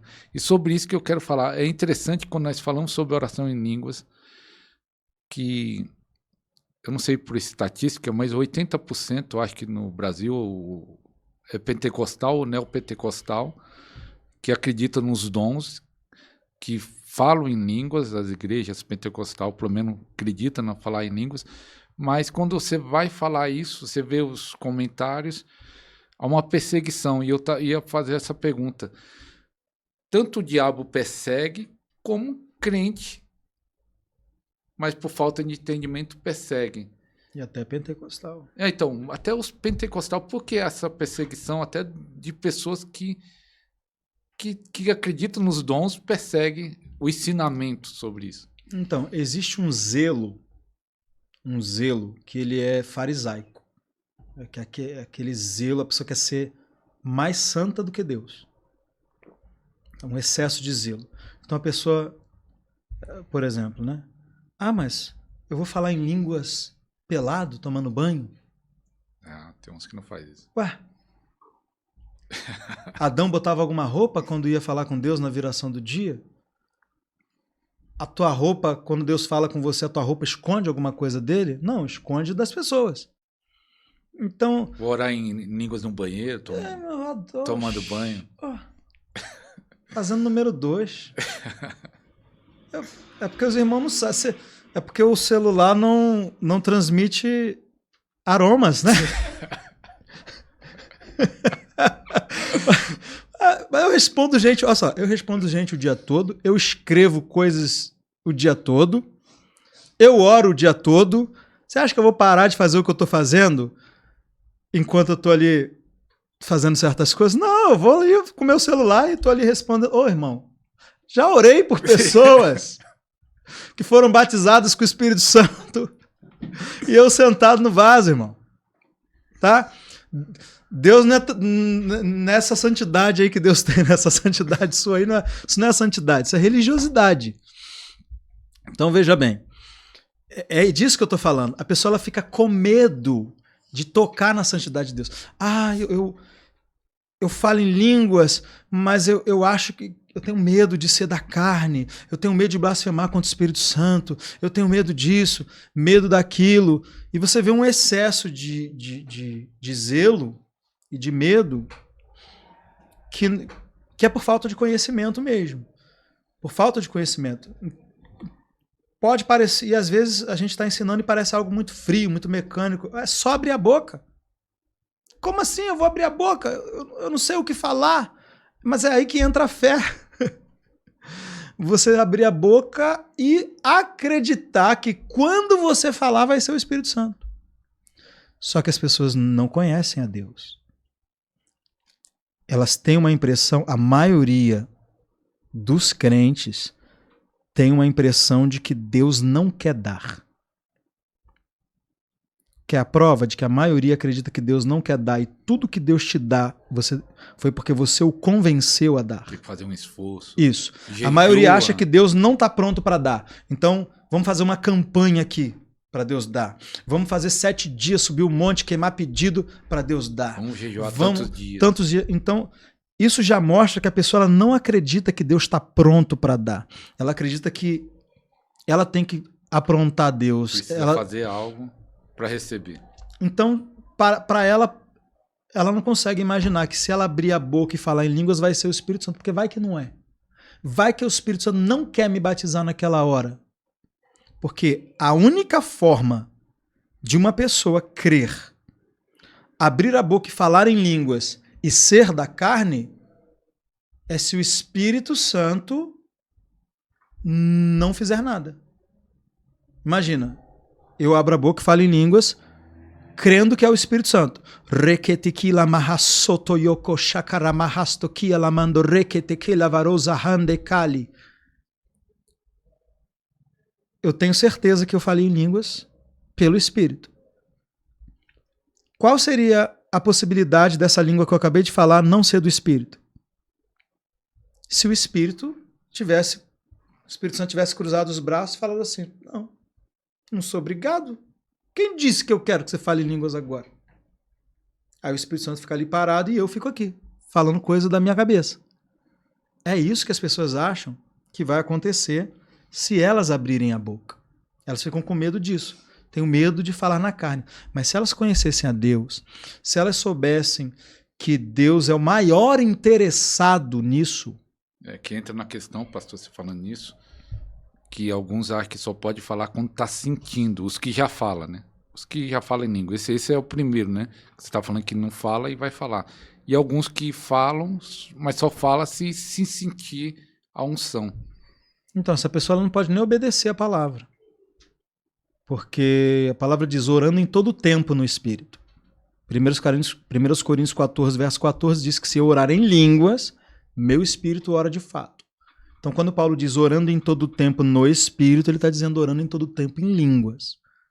Como que essa pessoa vai obedecer essa palavra? Se ela só pode orar em línguas quando o Espírito Santo move ela, então como assim orando em todo o tempo? Então eu dependo do Espírito Santo me mover em todo o tempo. E é em todo o tempo que você sente a unção do Espírito Santo? Você acorda, choramanaia. Não, então isso já mostra que se é em todo o tempo, isso já prova que eu posso falar em línguas mesmo quando eu não estou sentindo nada. Em qualquer situação. Se a pessoa ela depender do sentimento, ela não vai desfrutar muito da oração em línguas. Por isso que você tem cristãos que só falam em línguas na igreja. Muitos. E naquele culto avivado. Do fogo. Do fogo. E aí você entra lá, a gente vai lá para Elias. Eu sempre uso o mesmo exemplo. Tá lá Elias na caverna. Aí veio o fogo. A Bíblia diz que Deus não estava no fogo. Aí veio ventania e Deus não estava. Veio o terremoto e Deus... Eu fico até me perguntando, se Deus não estava, quem é que estava enviando aquele terremoto? Mas aí a Bíblia diz assim, então Deus falou com Elias numa brisa suave. Brisa suave. Então, às vezes, as pessoas elas estão tão focadas no fogo, no terremoto, na ventania, e elas perdem a brisa suave. Elas perdem o melhor da oração em línguas por depender de algo extraordinário. De fora. De fora. Quando a Bíblia diz, esses sinais seguirão os que crerem.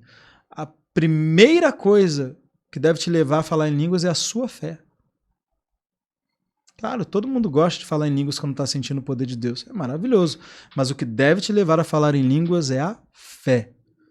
Porque eu creio, eu falo em línguas. Mesmo porque se o que me valida não é a fé, é a emoção que eu estou sentindo, o ser humano ele é complicado. A pessoa fala em línguas e não sente nada. Ela diz, eu acho que não é de Deus, eu acho que é da carne porque eu não senti nada. Aí a pessoa sente, chora. Aí depois fica assim, será que não era emoção?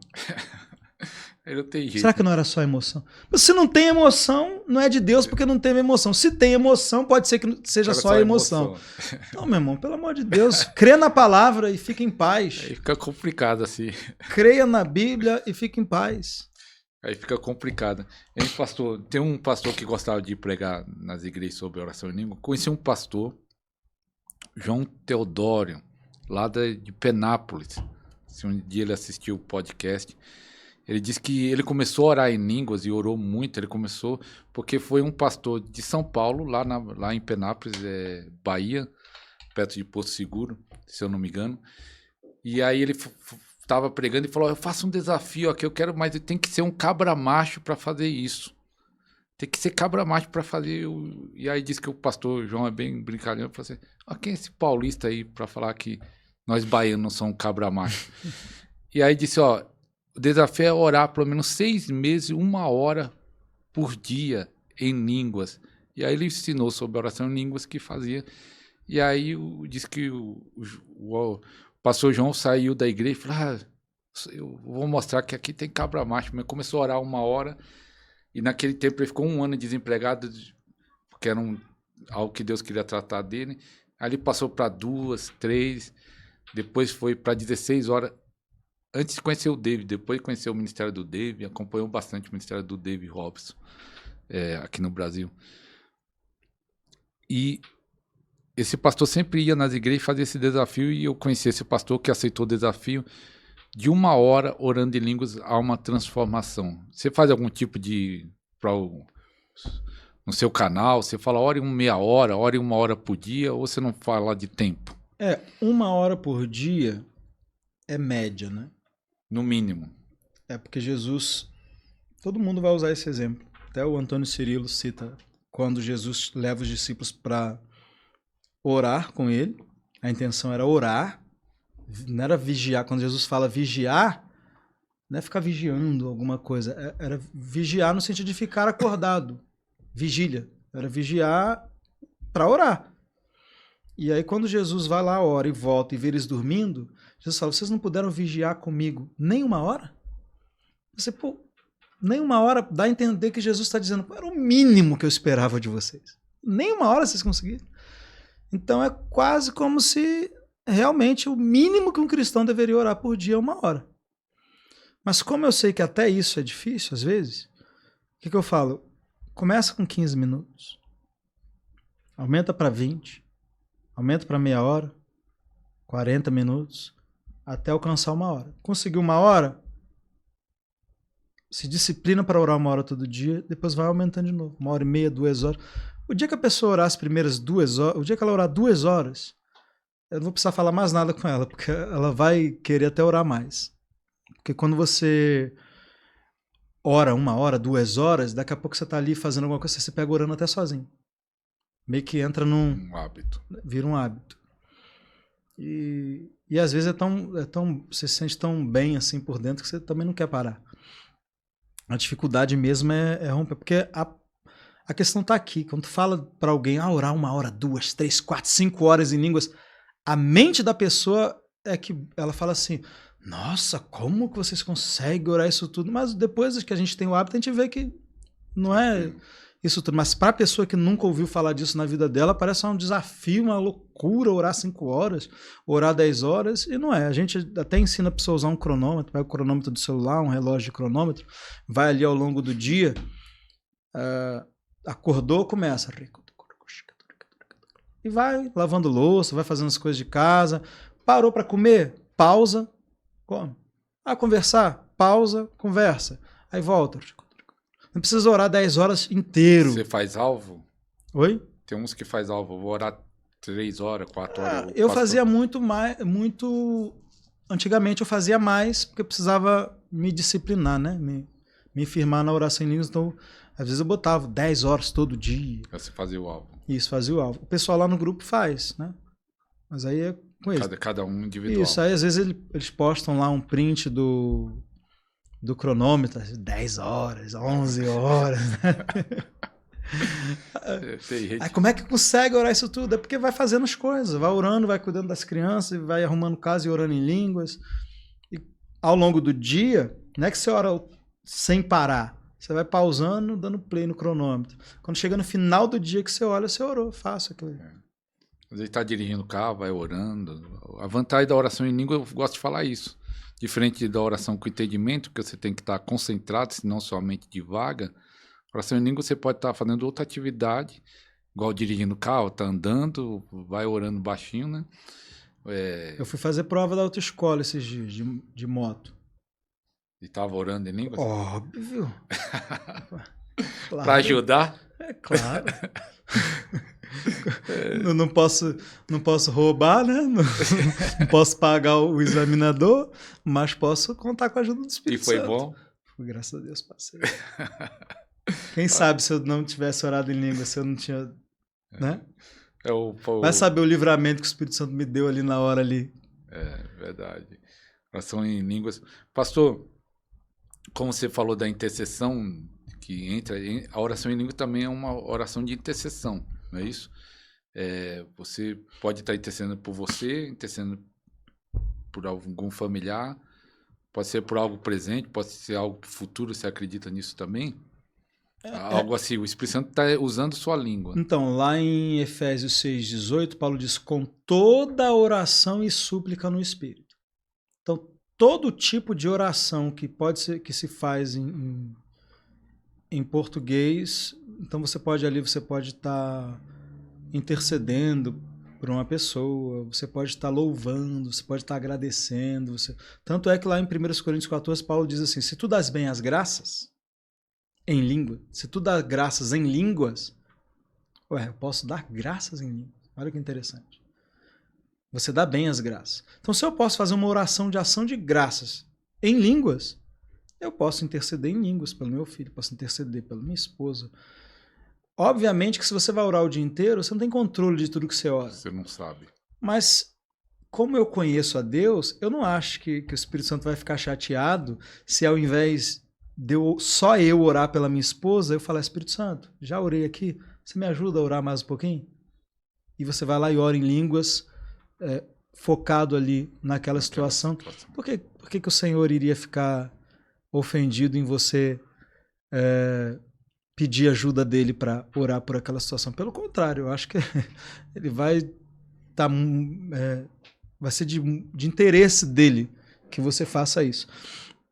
Então eu não creio que eu sei que a gente não tem controle de tudo que a gente ora, mas o fato de Paulo mencionar que você pode dar graças em línguas me dá o indício de que eu posso também em algum momento falar, Espírito Santo, me ajuda aqui com essa situação e orar em línguas ali acerca dessa situação. E até quando você não sabe, você também está orando por outras pessoas. Porque a Bíblia diz que, segundo Deus, o Espírito intercede pelos santos. Então, não só por você. Posso estar aqui orando em línguas, eu não faço ideia do quanto eu estou cooperando com a obra de Deus no mundo. No mundo. Você quer ver só um exemplo? Lá em Apocalipse, acho, capítulo 8, fala das 7 trombetas, né? As 7 trombetas a gente sabe que são os eventos que vão sendo desencadeados ali, que culmina na 7ª trombeta, que já é Jesus voltando e instaurando o reino, que diz assim, tocou o 7º anjo a sua trombeta e os reinos do mundo passaram a ser de Cristo. Só que antes das trombetas começarem a tocar, aparecem os anjos com as trombetas e ficam parados lá, não começa a tocar. Primeiro vem um anjo com uma taça na mão e diz que ele tem muito incenso naquela taça, para oferecer com as orações de todos os santos. Você tem um anjo com uma bacia e é dado a ele muito incenso. E ele vai fazer o que com aquele incenso? Ele vai juntar com as orações de todos os santos. As orações de todos os santos é toda a oração que os servos de Deus fizeram ao longo dos séculos, desde de Adão até agora. Toda a oração que Deus recebeu no céu está lá acumulada, vai ser respondida de uma vez com a volta de Cristo e o reino sendo estabelecido na terra. Só que fala de que essa oração de todos os santos ela vai juntar com uma quantidade muito grande de incenso que vai chegar no céu para juntar com essas orações. Que incenso é esse? Aí quando você vai lá para o capítulo 5, fala que o incenso são as orações dos santos. Ué, mas incenso para juntar com as orações dos santos, sendo que o incenso também é a oração do santo? O que é isso? Essa grande quantidade de incenso chegando no céu de uma vez para juntar com as orações de todos os santos. Isso está mostrando que existe um acúmulo de oração no céu, que vai ser respondido de uma vez com a vinda visível do reino de Deus. Mas que para isso acontecer, tem que completar uma medida. E vai ter uma igreja no fim dos tempos que vai orar como nunca antes a igreja orou. E de uma vez só vai chegar no céu toda a quantidade de incenso que está faltando para juntar com as orações de todos os santos, para que Jesus volte. E aí lá no final diz que o Espírito e a noiva dizem, vem. Então, no fim dos tempos, para que haja para que haja esse desencadear de todos os eventos que vão acontecer na terra, porque Deus depende de oração para agir na terra, de legalidade, porque ele deu o domínio para o homem. Então, quando o homem ora, Deus age. Então, Deus ele vai levantar uma igreja no fim dos tempos, uma igreja que ora de dia e de noite, uma igreja que ora incessantemente, e de uma única vez vai chegar no céu uma quantidade de oração, de incenso, como nunca antes. Por quê? Primeiro, é uma igreja que ora em línguas, uma igreja que ora, tá lavando louça, tá orando, é uma igreja que ora, as pessoas oram mais. E pensa numa coisa que te dá condição de orar mais, é a oração em línguas, porque você pode orar fazendo várias outras coisas. E também isso vai acontecer numa época em que a gente tem uma população mundial muito grande. Então o número de cristãos também é maior. Então você tem um número maior de cristãos orando em todo o tempo, porque aprenderam a orar em línguas. Por isso que eu falo que oração em línguas está no topo da agenda de Deus nesse momento. A igreja precisa orar em línguas, porque nós estamos caminhando para os eventos finais. É só você olhar, são 2000 anos de história da igreja. A restauração dos dons foi há pouco mais de 100 anos. E nessas últimas décadas foi que começou a vir mais entendimento sobre a oração em línguas. Por quê? Porque tem tudo a ver com o final dos tempos. Porque Deus depende de oração para agir na terra. Imagina um povo que ora em línguas. Como esse povo não coopera? O que Deus precisa fazer, Deus faz através de oração. Porque, veja bem, quando eu oro em português, eu oro o que eu acho que eu tenho que orar. Mas quando eu oro em línguas, Deus me faz orar aquilo que Ele precisa que eu ore por causa do que Ele quer fazer. Então, uma igreja que ora em línguas é uma igreja que traz o agir de Deus no mundo de uma forma extraordinária. Então, por isso que há uma resistência do inferno para impedir que isso aconteça. Mas, pastor, eu tive uma impressão Quando veio o pastor David Robertson, que talvez tinha outros pastores, eu não sei, mas principalmente o pastor David que trouxe esse ensinamento específico da oração em língua no Brasil. E na época dele houve um grande boom, que foi levantado muitos homens de Deus naquela época. Antônio Ciliro é um que foi impactado, Luciano Subirá, que escreveu até um livro, ele tem um livro, Linguagem Sobrenatural, que é de línguas.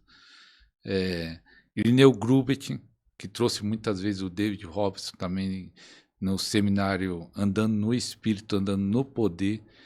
Ele levantado muitos homens naquela época e parece que houve, e falava até muito sobre oração. E aí houve um esfriamento, o pastor David foi para o céu e cada ministério seguiu sua linha, seguiu o seu curso. Uns estão ainda ministrando, estão uma bênção, igual o Luciano Subirá, conhecido no Brasil inteiro, mas não fala tanto, fala de vários assuntos, né? Não é tão específico. Houve essa é a impressão minha, não sei se é verdade, houve um esfriamento, e eu acho que Deus está querendo levantar de novo, está levantando seu canal, está levantando outros pastores. Aqui as mensagens da oração em língua é o que mais tem visualização no meu canal. Posso falar de outros assuntos, não tem tantos. Mas quando fala da oração em língua... E Deus até está despertando interesse nas pessoas, né? Sobre o assunto. Você acha que houve esse esfriamento ou não houve? Ou o que aconteceu e agora que está... Deus quer... Houve... Não é que houve um esfriamento, né? É igual lá nos vídeos no meu canal. Às vezes você vê um vídeo que ele faz isso aqui, ó. Ele vai lá em cima, aí daqui a pouco ele dá uma descida, mas aí continua, devagar. Continua devagar. O que eu vejo é que, assim, talvez alguns homens de Deus que até praticam a oração em línguas deixaram de dar tanta ênfase. Não sei se por perseguição, não sei por quê. Mas não se dá a ênfase que o Dave Robson dava. Por que o Dave Robson teve tanto êxito em levar as pessoas a orarem em línguas? Porque ele dava muita ênfase. Se bem que agora, por exemplo, pastor Hernani Santos, ele tem dado muita ênfase. Volta e meia ele está pregando sobre falar em línguas, sobre oração em línguas. Graças a Deus por isso. Ele é uma pessoa bem conhecida e muitos frutos ministeriais, então a palavra dele tem bastante peso. Mas realmente os homens de Deus que creem nisso e praticam isso colocaram algo ali que é importante, mas porque cada um também tem a sua ênfase ministerial. Eu acredito que tem a ver com o ministério de cada um. Por exemplo, o ministério do pastor Luciano Subirá. Ele fala de oração em línguas, ele tem um livro escrito sobre oração em línguas, mas você vê claramente que Deus deu a ele uma mensagem específica, que é sobre santidade. Santidade, caráter. E, poxa, o Brasil estava precisando muito disso. Você vê uma liderança, a mensagem dele é muito sobre a liderança, né? Como que a liderança tem que ter um caráter.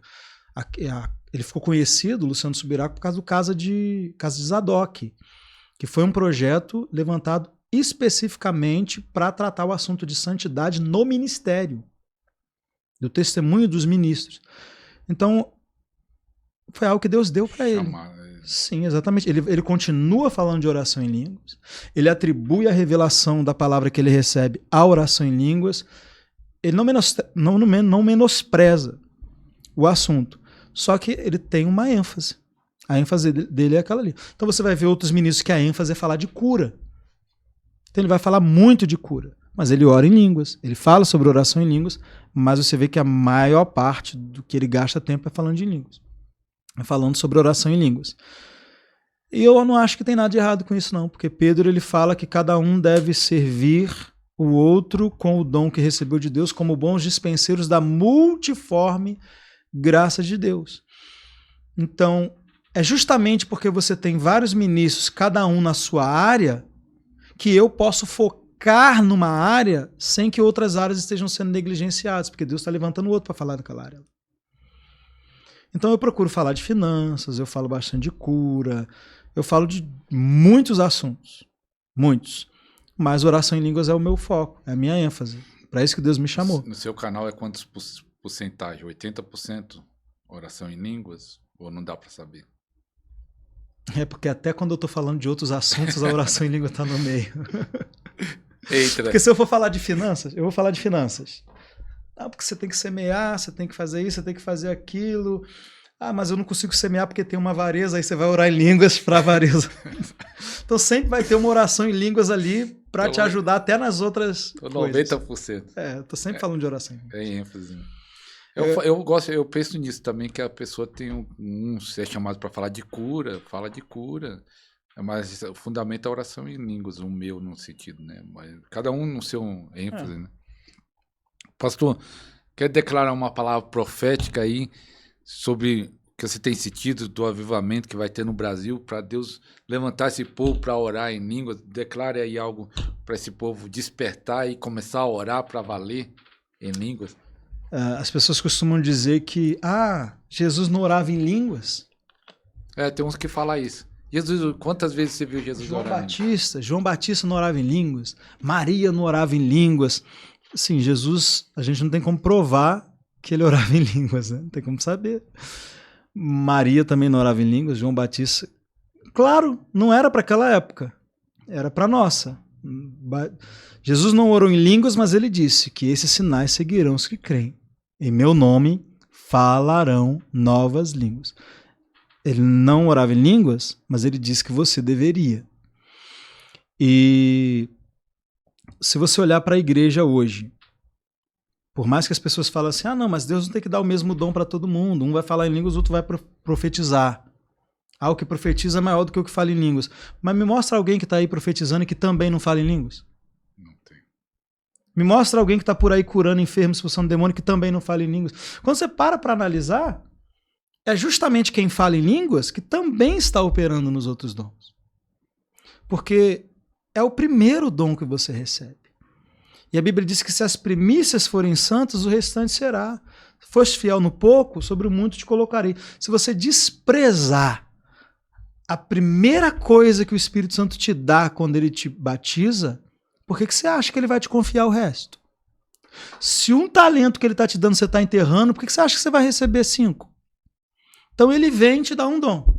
Você negligencia, você acha que você vai te dar os outros? Não. Mas quem é fiel no pouco? Sobre muito. Então seja fiel no orar em línguas. E eu garanto que os outros dons vão começar a aparecer na sua vida. É só você olhar para as igrejas. As igrejas que desprezam o dom de língua. Você não vê profecia lá, você não vê cura, você não vê expulsão de demônios. Você só vê palestra. As igrejas que valorizam falar em línguas, você vai encontrar muito desequilíbrio, muita maluquice, muita meninice, como tinha lá em Corinto. E a meninice não... As pessoas têm um péssimo hábito de dizer assim, mas todo mundo fala em línguas, ninguém interpreta, é uma bagunça, não sei o quê, essa língua não é de Deus, não. Oxe, não era isso que estava acontecendo lá em Corinto? Não era uma bagunça? E em algum momento Paulo disse que por causa da bagunça aquela língua não era de Deus? Ele só trouxe a ordem, ele só trouxe o equilíbrio, mas ele não desqualificou as línguas, não. Ele só falou, vamos interpretar, ele colocou as coisas, mas ele em momento nenhum desqualificou aquelas línguas. E o fato de hoje acontecer os mesmos erros que aconteceu na igreja de Corinto prova que a língua é a mesma que era falada lá, que até os mesmos excessos acontecem hoje. Mas eu prefiro, irmãos, ter que controlar uma creche, ter que controlar as crianças, eu prefiro ter que lidar com a bagunça, organizar a bagunça, do que estar no meio de um cemitério, do que estar numa geladeira, do que estar... Porque é incrível como que o excesso incomoda. O excesso dos pentecostais incomoda, e a falta não te incomoda, não? Eu me incomodo com os ricos, com a ostentação dos ricos. Você se incomoda com a ostentação dos ricos e com a falta dos pobres? Você não se incomoda? Então eu acho que algumas igrejas deveriam se preocupar um pouco mais com a falta, com a frieza no meio deles, do que com o excesso de fogo do lado de cá. Trata primeiro a tua falta, entende um pouquinho dos dons, se mova nos dons, depois vem ensinar pra gente. Não fica aí sem ter nada, sem ter experiência nenhuma e só dando pitaco aqui. Eu acho que você deveria interpretar, eu acho que você deveria pelo menos começar a falar em línguas para depois você vir querer falar com a gente de interpretação. Então, se você não quer viver na frieza espiritual, na apatia espiritual, a gente só vai viver como igreja brasileira o que a igreja de Atos viveu quando nós fizermos o que a igreja de Atos fazia. E a igreja de Atos orava em línguas. A igreja de Atos começou com oração em línguas. O mover do Espírito Santo começou com falar em línguas. Tem gente que ora por avivamento, fala de avivamento, mas não quer falar de oração em línguas, não quer oração em línguas na igreja dele. Me desculpa, você não vai ter avivamento nenhum. O primeiro avivamento começou com falar em línguas. Por que você acha que o último vai ser sem falar em línguas? A diferença é que o primeiro foi com 120 pessoas falando em línguas e foi extraordinário. O último vai vir com milhares de pessoas falando em línguas.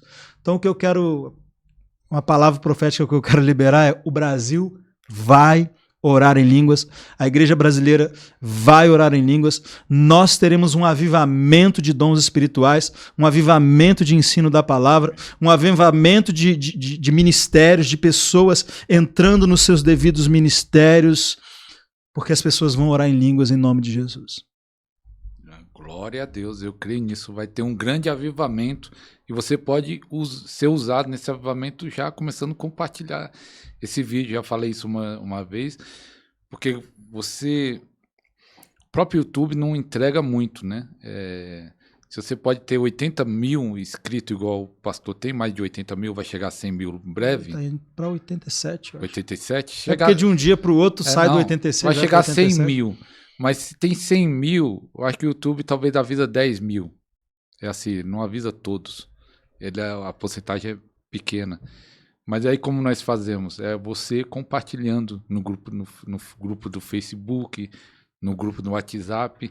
Aí você ajuda isso se espalhar, essa mensagem. O que foi falado aqui hoje, o ensino, né? Foi ensino, na verdade foi um ensino esse programa. O que foi ensinado aqui hoje vai abrir a mente de muitos irmãos sobre idioma, oração em línguas, tudo, né? Tudo que foi falado aqui hoje vai abrir a mente de muitos irmãos. Então compartilhe o máximo de pessoas que você conhece e até quem você não conhece. No grupo de Facebook, você não conhece todo mundo, vai compartilhando aí que vai ser bom.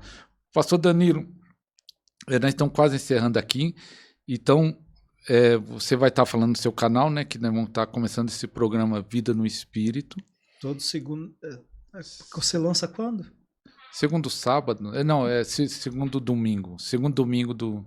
Porque esse aqui grava no sábado e posta no domingo. Todo segundo domingo do mês a gente vai estar com o programa Semeando Vida no Espírito, onde a gente vai falar de oração em línguas, de jejum, de vida espiritual, de tudo que envolve as coisas do Espírito Santo. Eu nem tinha, que o pastor Dani chegou hoje, nem comentei, eu tive a ideia ontem de estar colocando os cortes, de vez em colocar junto lá, para não misturar, vou fazer um Instagram só sobre o programa e um TikTok só sobre o programa.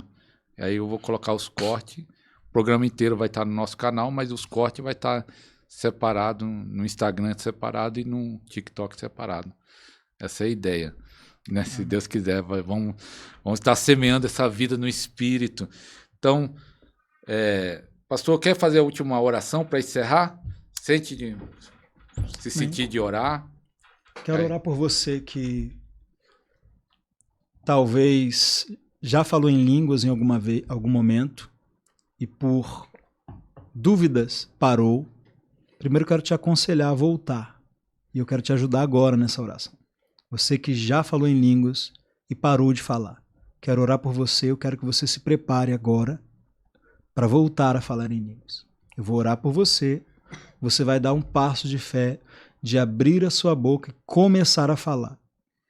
E a Bíblia diz que tudo que a gente pede orando, devemos crer que já recebemos e nós teremos. Então o segredo é, eu vou orar, você vai ouvir a minha oração e você vai crer que o que eu estou pedindo agora, Deus está concedendo agora. Então eu vou pedir para Ele te encher, eu vou pedir para Ele te dar a capacidade de falar em outras línguas e você vai ter que crer que você está recebendo exatamente aquilo que eu estou pedindo por você, ok? E você que também nunca falou em línguas, participe dessa oração e no momento que eu disser receba, você pode abrir a sua boca e começar a pronunciar. Não sei o que falar, apenas comece e deixe que o Espírito Santo vai colocar as palavras na sua boca. Pai, eu oro em nome de Jesus por cada um dos teus filhos agora. Senhor, essa pessoa que está aí do outro lado, Pai, dessa tela, sedenta, faminta do sobrenatural. Pai, eu oro para que ela seja completamente cheia do teu Espírito agora. No nome de Jesus, enche essa pessoa agora, derrama sobre ela o teu Espírito agora. E que nesse exato momento palavras sobrenaturais sejam colocadas no seu Espírito. Eu digo a você que me ouve em nome de Jesus, seja cheio do Espírito Santo, receba agora e pode começar a falar em outras línguas. Ho ramando recalasoramanda aquila masoto yaramanda gaso. Corianda la sito robocou xandrabababanda aqui alabarosa. Fale alto. Continue falando, não pare, ainda que pensamentos venham na sua mente de que você está fazendo algo na carne, que você está imitando alguém, que isso não é de Deus, não pare, continue falando e não pare de falar em outras línguas, porque você está prestes a viver mudanças extraordinárias, sua vida nunca mais será a mesma. Em nome de Jesus. Aleluia. Receba em nome de Jesus. Então, agradecer o pastor Danilo. Qual o nome do irmão ali? Mateus. Irmão Mateus. Irmã Rose. O Hélito está aqui na mesa. Então, até o próximo programa, se Deus quiser. Obrigado. Fique com Deus. O Ministério da Libertação é fundamental. Muitas pessoas estão presas em feitiçaria, presas em maldições familiares, presa no pecado, no vício. E Deus está levantando uma geração forte para libertar os que estão cativos, porque a Bíblia fala: para isso se manifestou o Filho de Deus, para desfazer as obras do diabo. Então Deus está levantando a sua igreja para libertar os que estão presos, e Deus quer levantar a sua vida, Deus quer levantar o seu ministério. O tempo está acabando, estamos nas últimas horas, nos últimos minutos. Deus quer levantar um ministério de libertação forte. Por isso, aproveita agora, aproveita esse super promoção, super oferta, 10 e-books sobre cura e libertação. Aproveita enquanto há tempo, aproveita essa oferta. Link na descrição, vai durar pouco tempo.